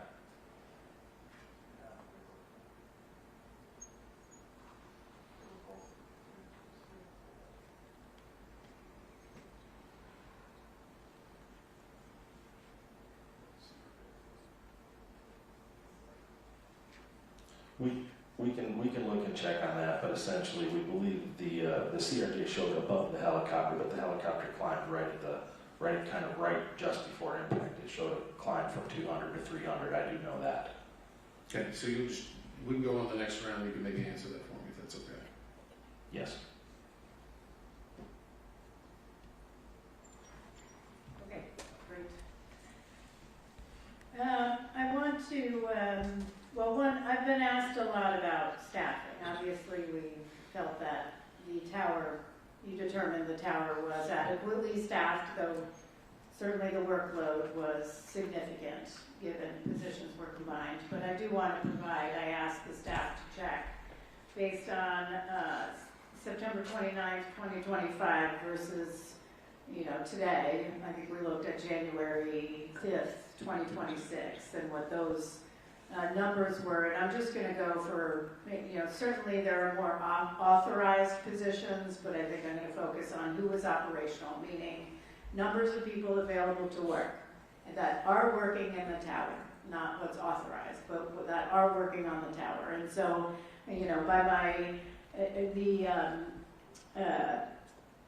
the draft report shows for certified professional controllers on January 29th, operational was 25. Today, 20. Traffic management coordinators, they had 2, today 0.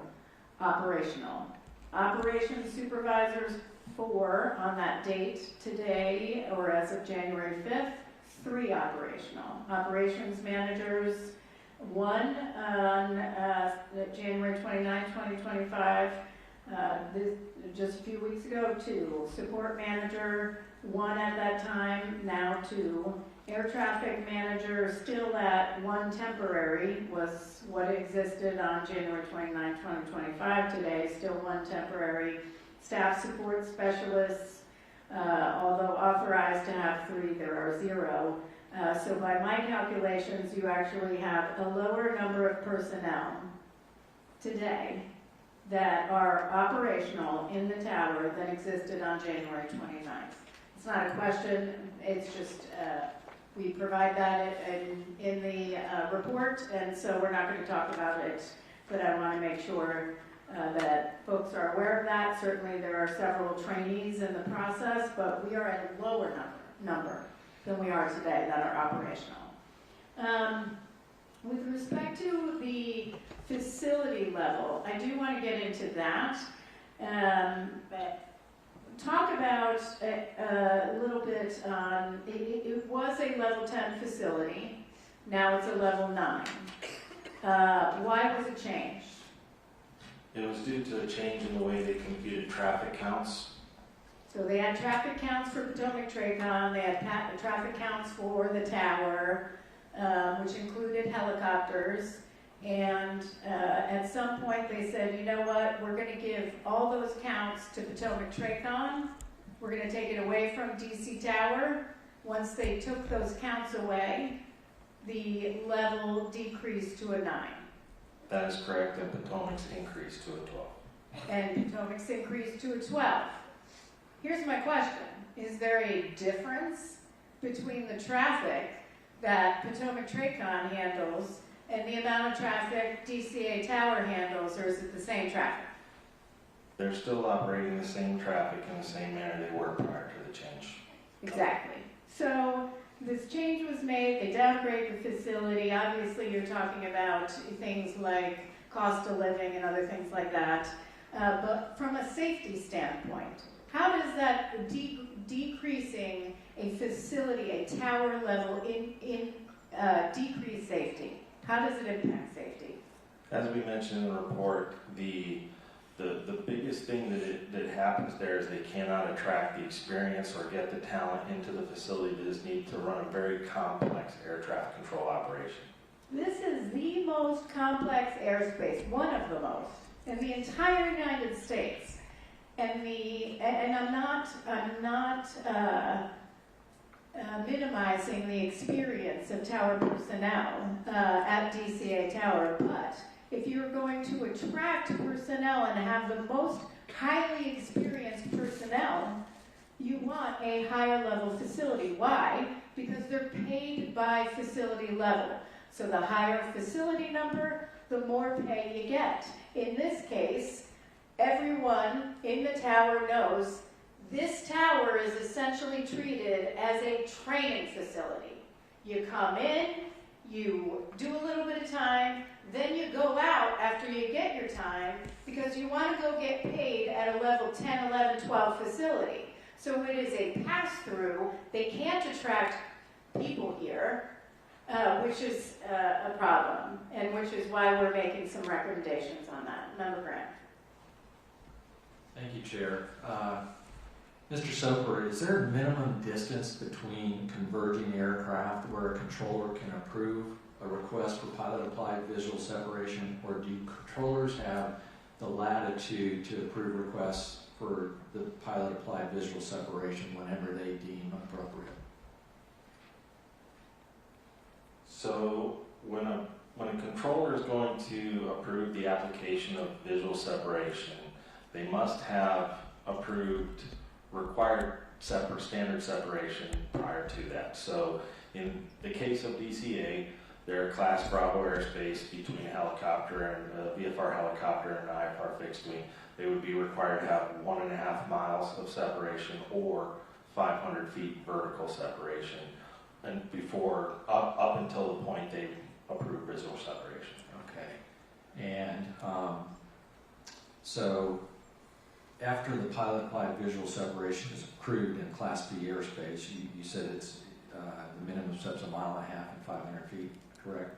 Not after it's approved, prior to approving it. Once it's approved, then it becomes the pilot's responsibility for that distance. Is there a distance in there that if they decrease that range, that's something the controller has to do at that point? No. Okay. So when would a controller make a safety alert? Anytime the controller observes an aircraft that they believe to be in unsafe proximity to terrain or another aircraft. And there's not a designated distance or vertical separation for that, is that correct? That is correct. That's correct, okay. What does a safety alert entail? Safety alert would include the words, in the case of between two aircraft, it would be the words traffic alert, followed by an appropriate traffic advisory, followed by an alternate course of action if feasible, and then the word immediately. Should these two aircraft in this accident have received a safety alert? Yes, we've stated that in ours, or in the report, that the controller should have issued a safety, would have been the most appropriate thing at that time. Okay. Switch here a little bit. There's a lot of impacts on the higher arrival rate coming into DCA, changing fleet mix. We talked about compressed airline scheduling practices, controllers and their ability or inability to continue following SOPs in order to make it work. Would you agree that one of the consequences of the cumulative effect was the deviations in traffic calls, phraseology, application of visual separation, call signs, radiocom, training records, the list goes on, and other issues?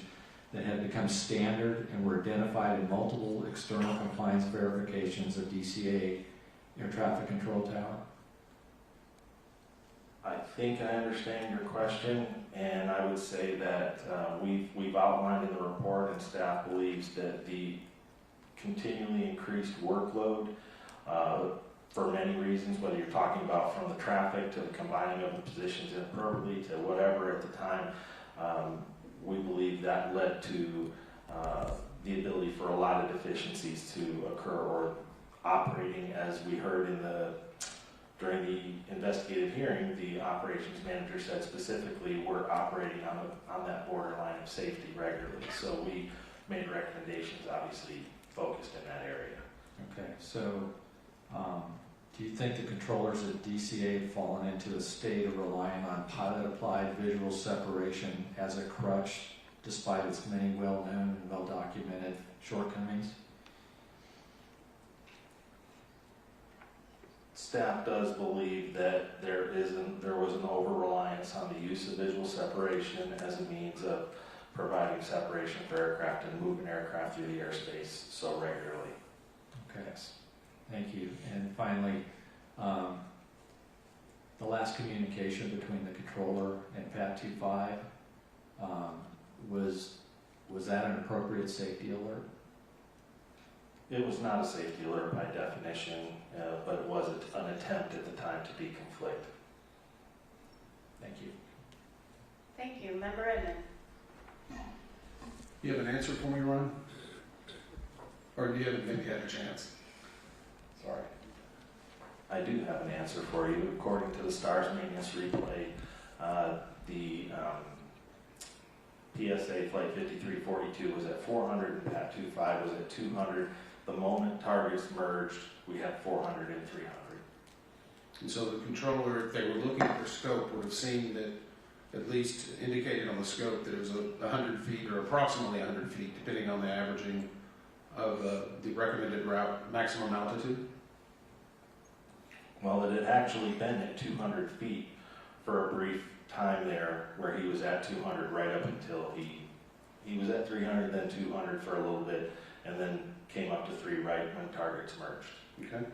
So, and that would have made a conflict alert, correct? The conflict alert was active at that time, yes. So I think in your research, I believe in the 30 minutes prior to this accident, we have 18 controller radio transmission where a conflict alert is going off. Does that sound accurate? It is accurate. And that actually appears to be 5 separate interactions that were occurring. We had, well, not for the full 30 minutes. We were only able to get replay information for 18 minutes prior, but in the 18 minutes leading up to it, there were 5 separate instances of conflict alert that resulted in 9 times there was a transmission with it in the background. You could hear it. So in that 18 minutes, there were that many times, and that would have been heard in the entire tower count? Yes. So I go back to the supervisor. If they're hearing a number of conflict alerts continually happening, should they not take action to say, is this a trend, or is this just become a nuisance and they just avoid it? They should, and I think that's exactly why, as Dr. Wilson has mentioned previously, we specifically have a rec in this area there's a potential for complacency to happen or for nuisance alerts, and to try to fix that, we have a recommendation to actually adjust the conflict alert system logic. We actually we visited the tower last month. I know Member Graham and I did, and tried to see it in almost the exact same moonlight that was occurring on the night of the accident.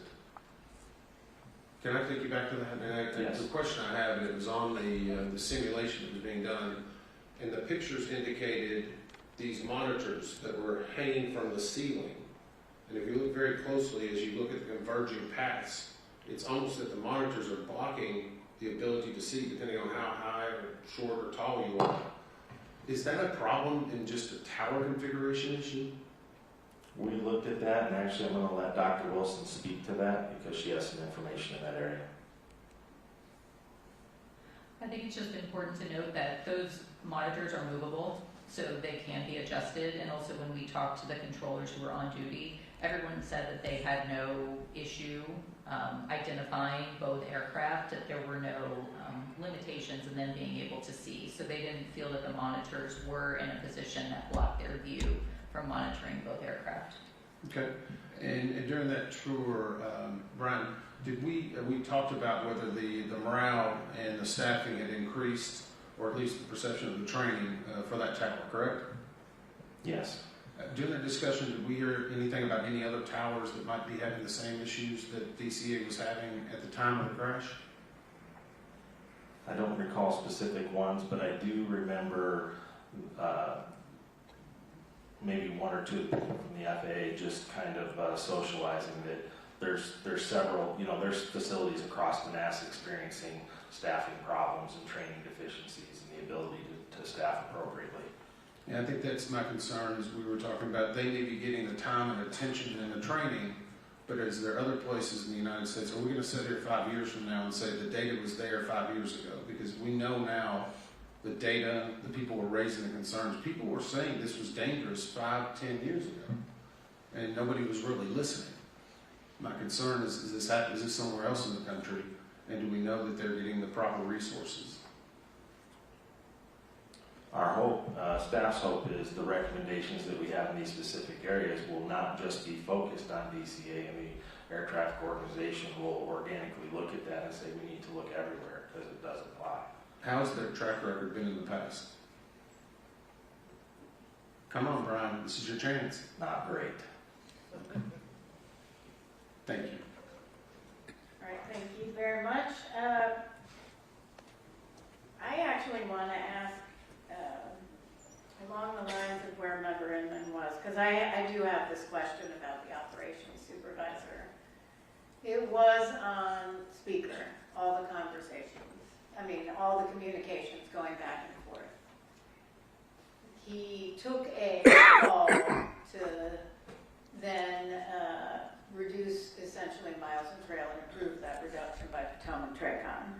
And I want to point out, something in our report. In the 20 minutes before the accident, the total number of aircraft the local controller was handling fluctuated between 7 and 12. At about 10 to 15 minutes beforehand, he said he was feeling a little overwhelmed.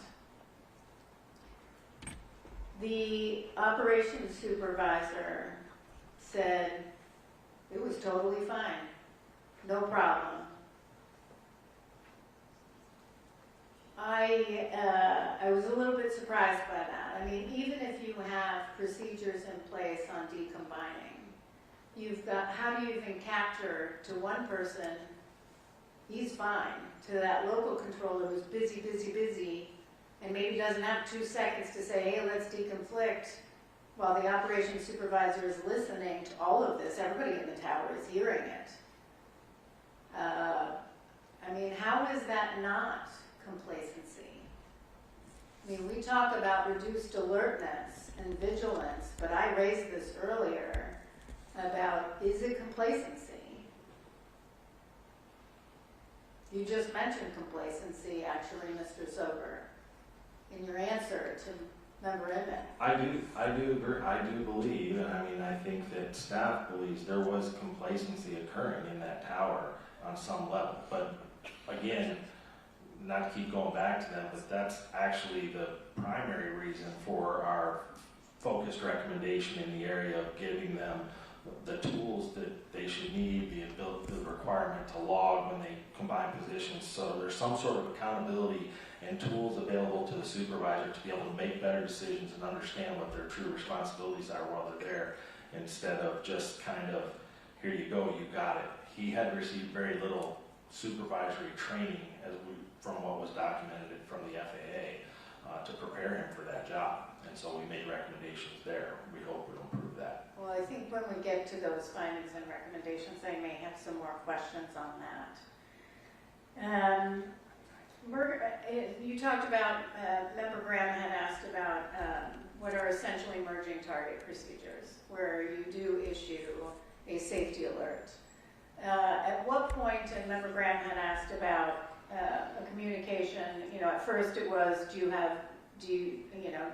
do you have visual on that? Do you have visual on that CRJ? First of all, you can't distinguish between the CRJ 700 and anything else in the dark with night vision goggles at that point. But at 8:47 and 41.9 seconds, the communication of pass behind the CRJ was made. Yes. Okay, so 8:47:41, then the collision is 8:47:59, so we've got about 18 seconds in between. Is that when that safety alert, should that safety alert been issued instead of pass behind the CRJ? Is that when, I'm asking when that should have been issued? So from the stuff there, the time in which the safety alert should have been issued was when he first asked him, do you still have that CRJ in sight? Okay, so 8:47:39 seconds, so that provides about 20 seconds. Yes. Okay.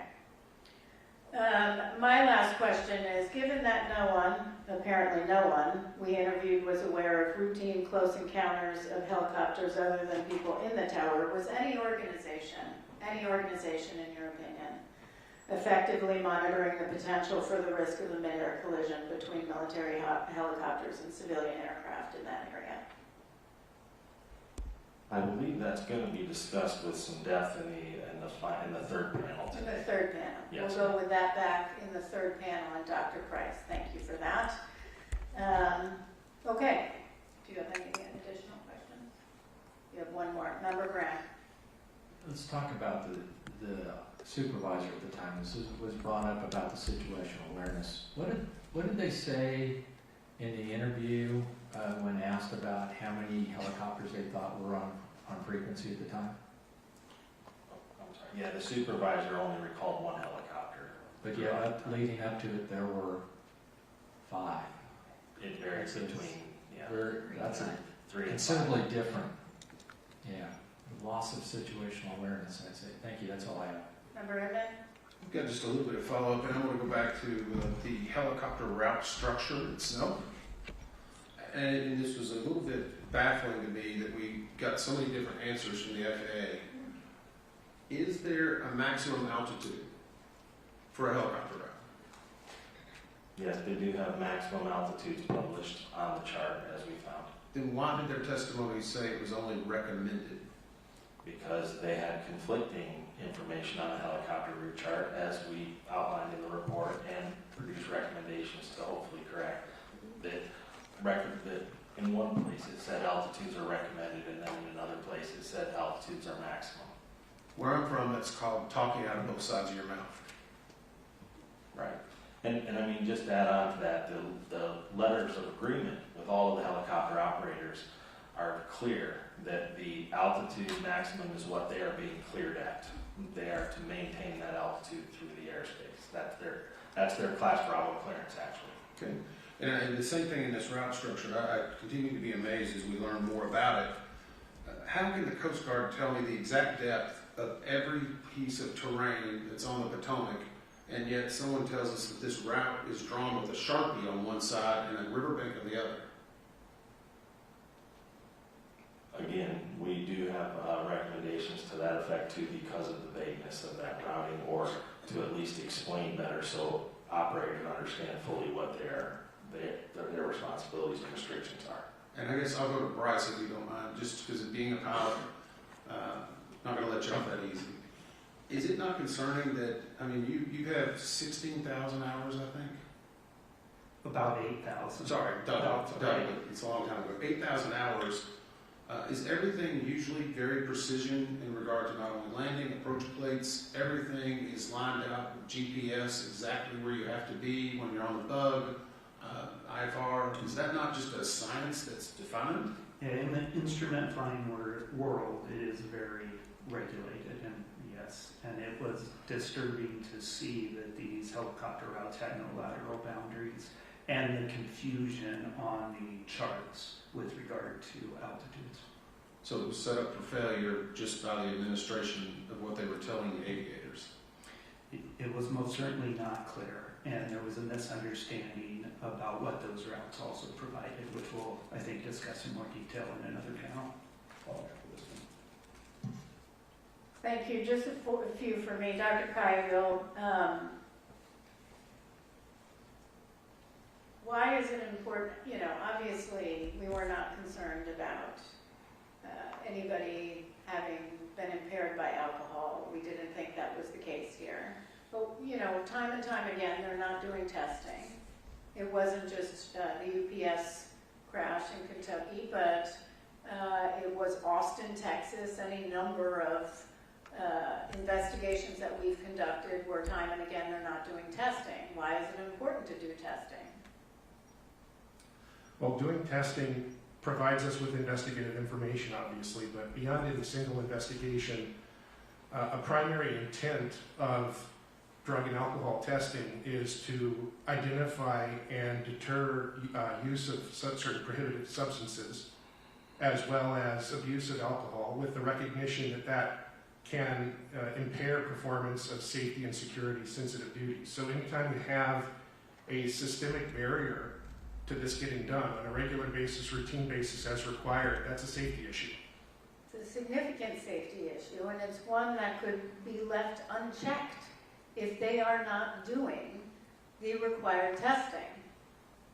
That's correct, and that's why we have proposed several recommendations to try and close this loop and make sure that this testing that's required is actually being done. At the hearing, Mr. Fuller had stated, well, they didn't do testing because no one was in the tower. Mr. Soper, how long after the collision was somebody in the tower from FAA? Within minutes. 18 minutes, Yes. specifically. Yes. He also stated that they weren't quite sure there were any fatalities, and that drug and alcohol testing was required when they can confirm fatalities. We know that's not the only. Was it clear there was substantial damage? Was anyone unclear that there was substantial damage? Anyone? I think beyond what's obvious in this case, the important thing to point out, as you say, is fatalities were not necessary for testing to be required. That's right. That's correct. I have one last question for Mr. Soper or Mr. Banning, whoever wants to respond to this. We have significant traffic changes over time. We have no one who reviewed the routes. We have routes designed that were not designed to ensure separation. No safety reviews. We have arrival rates increasing. We have reductions in miles and trail, including reductions in miles and trail that night, which reduced spacing. We have less and less alternatives where controllers are using other measures to deal with getting increasing planes arrivals in due to pressure, offloading onto runway 33, reducing speeds. We have increased workload. We have a supervisor. We have all of this that was on speaker. We have a supervisor who didn't take action and then improved less spacing, more arrivals. We have an assistant local controller who had diverted attention to writing down something on helicopters at the time. And we have an entire tower who took it upon themselves to try to raise concerns over and over and over and over again, only to get squashed by management and everybody above them within FAA. Were they set up for failure? Panel 3 is going to hit this nail on the head. I'm asking you. They were not adequately prepared to do the jobs they were assigned to do. Great. Thank you very much. All right, that concludes our first portion of presentations and board member questions. And we are going to go to a 15-minute break. If we could come back at 12:30. we'll come back at 12. We'll start again at 12. Thank you.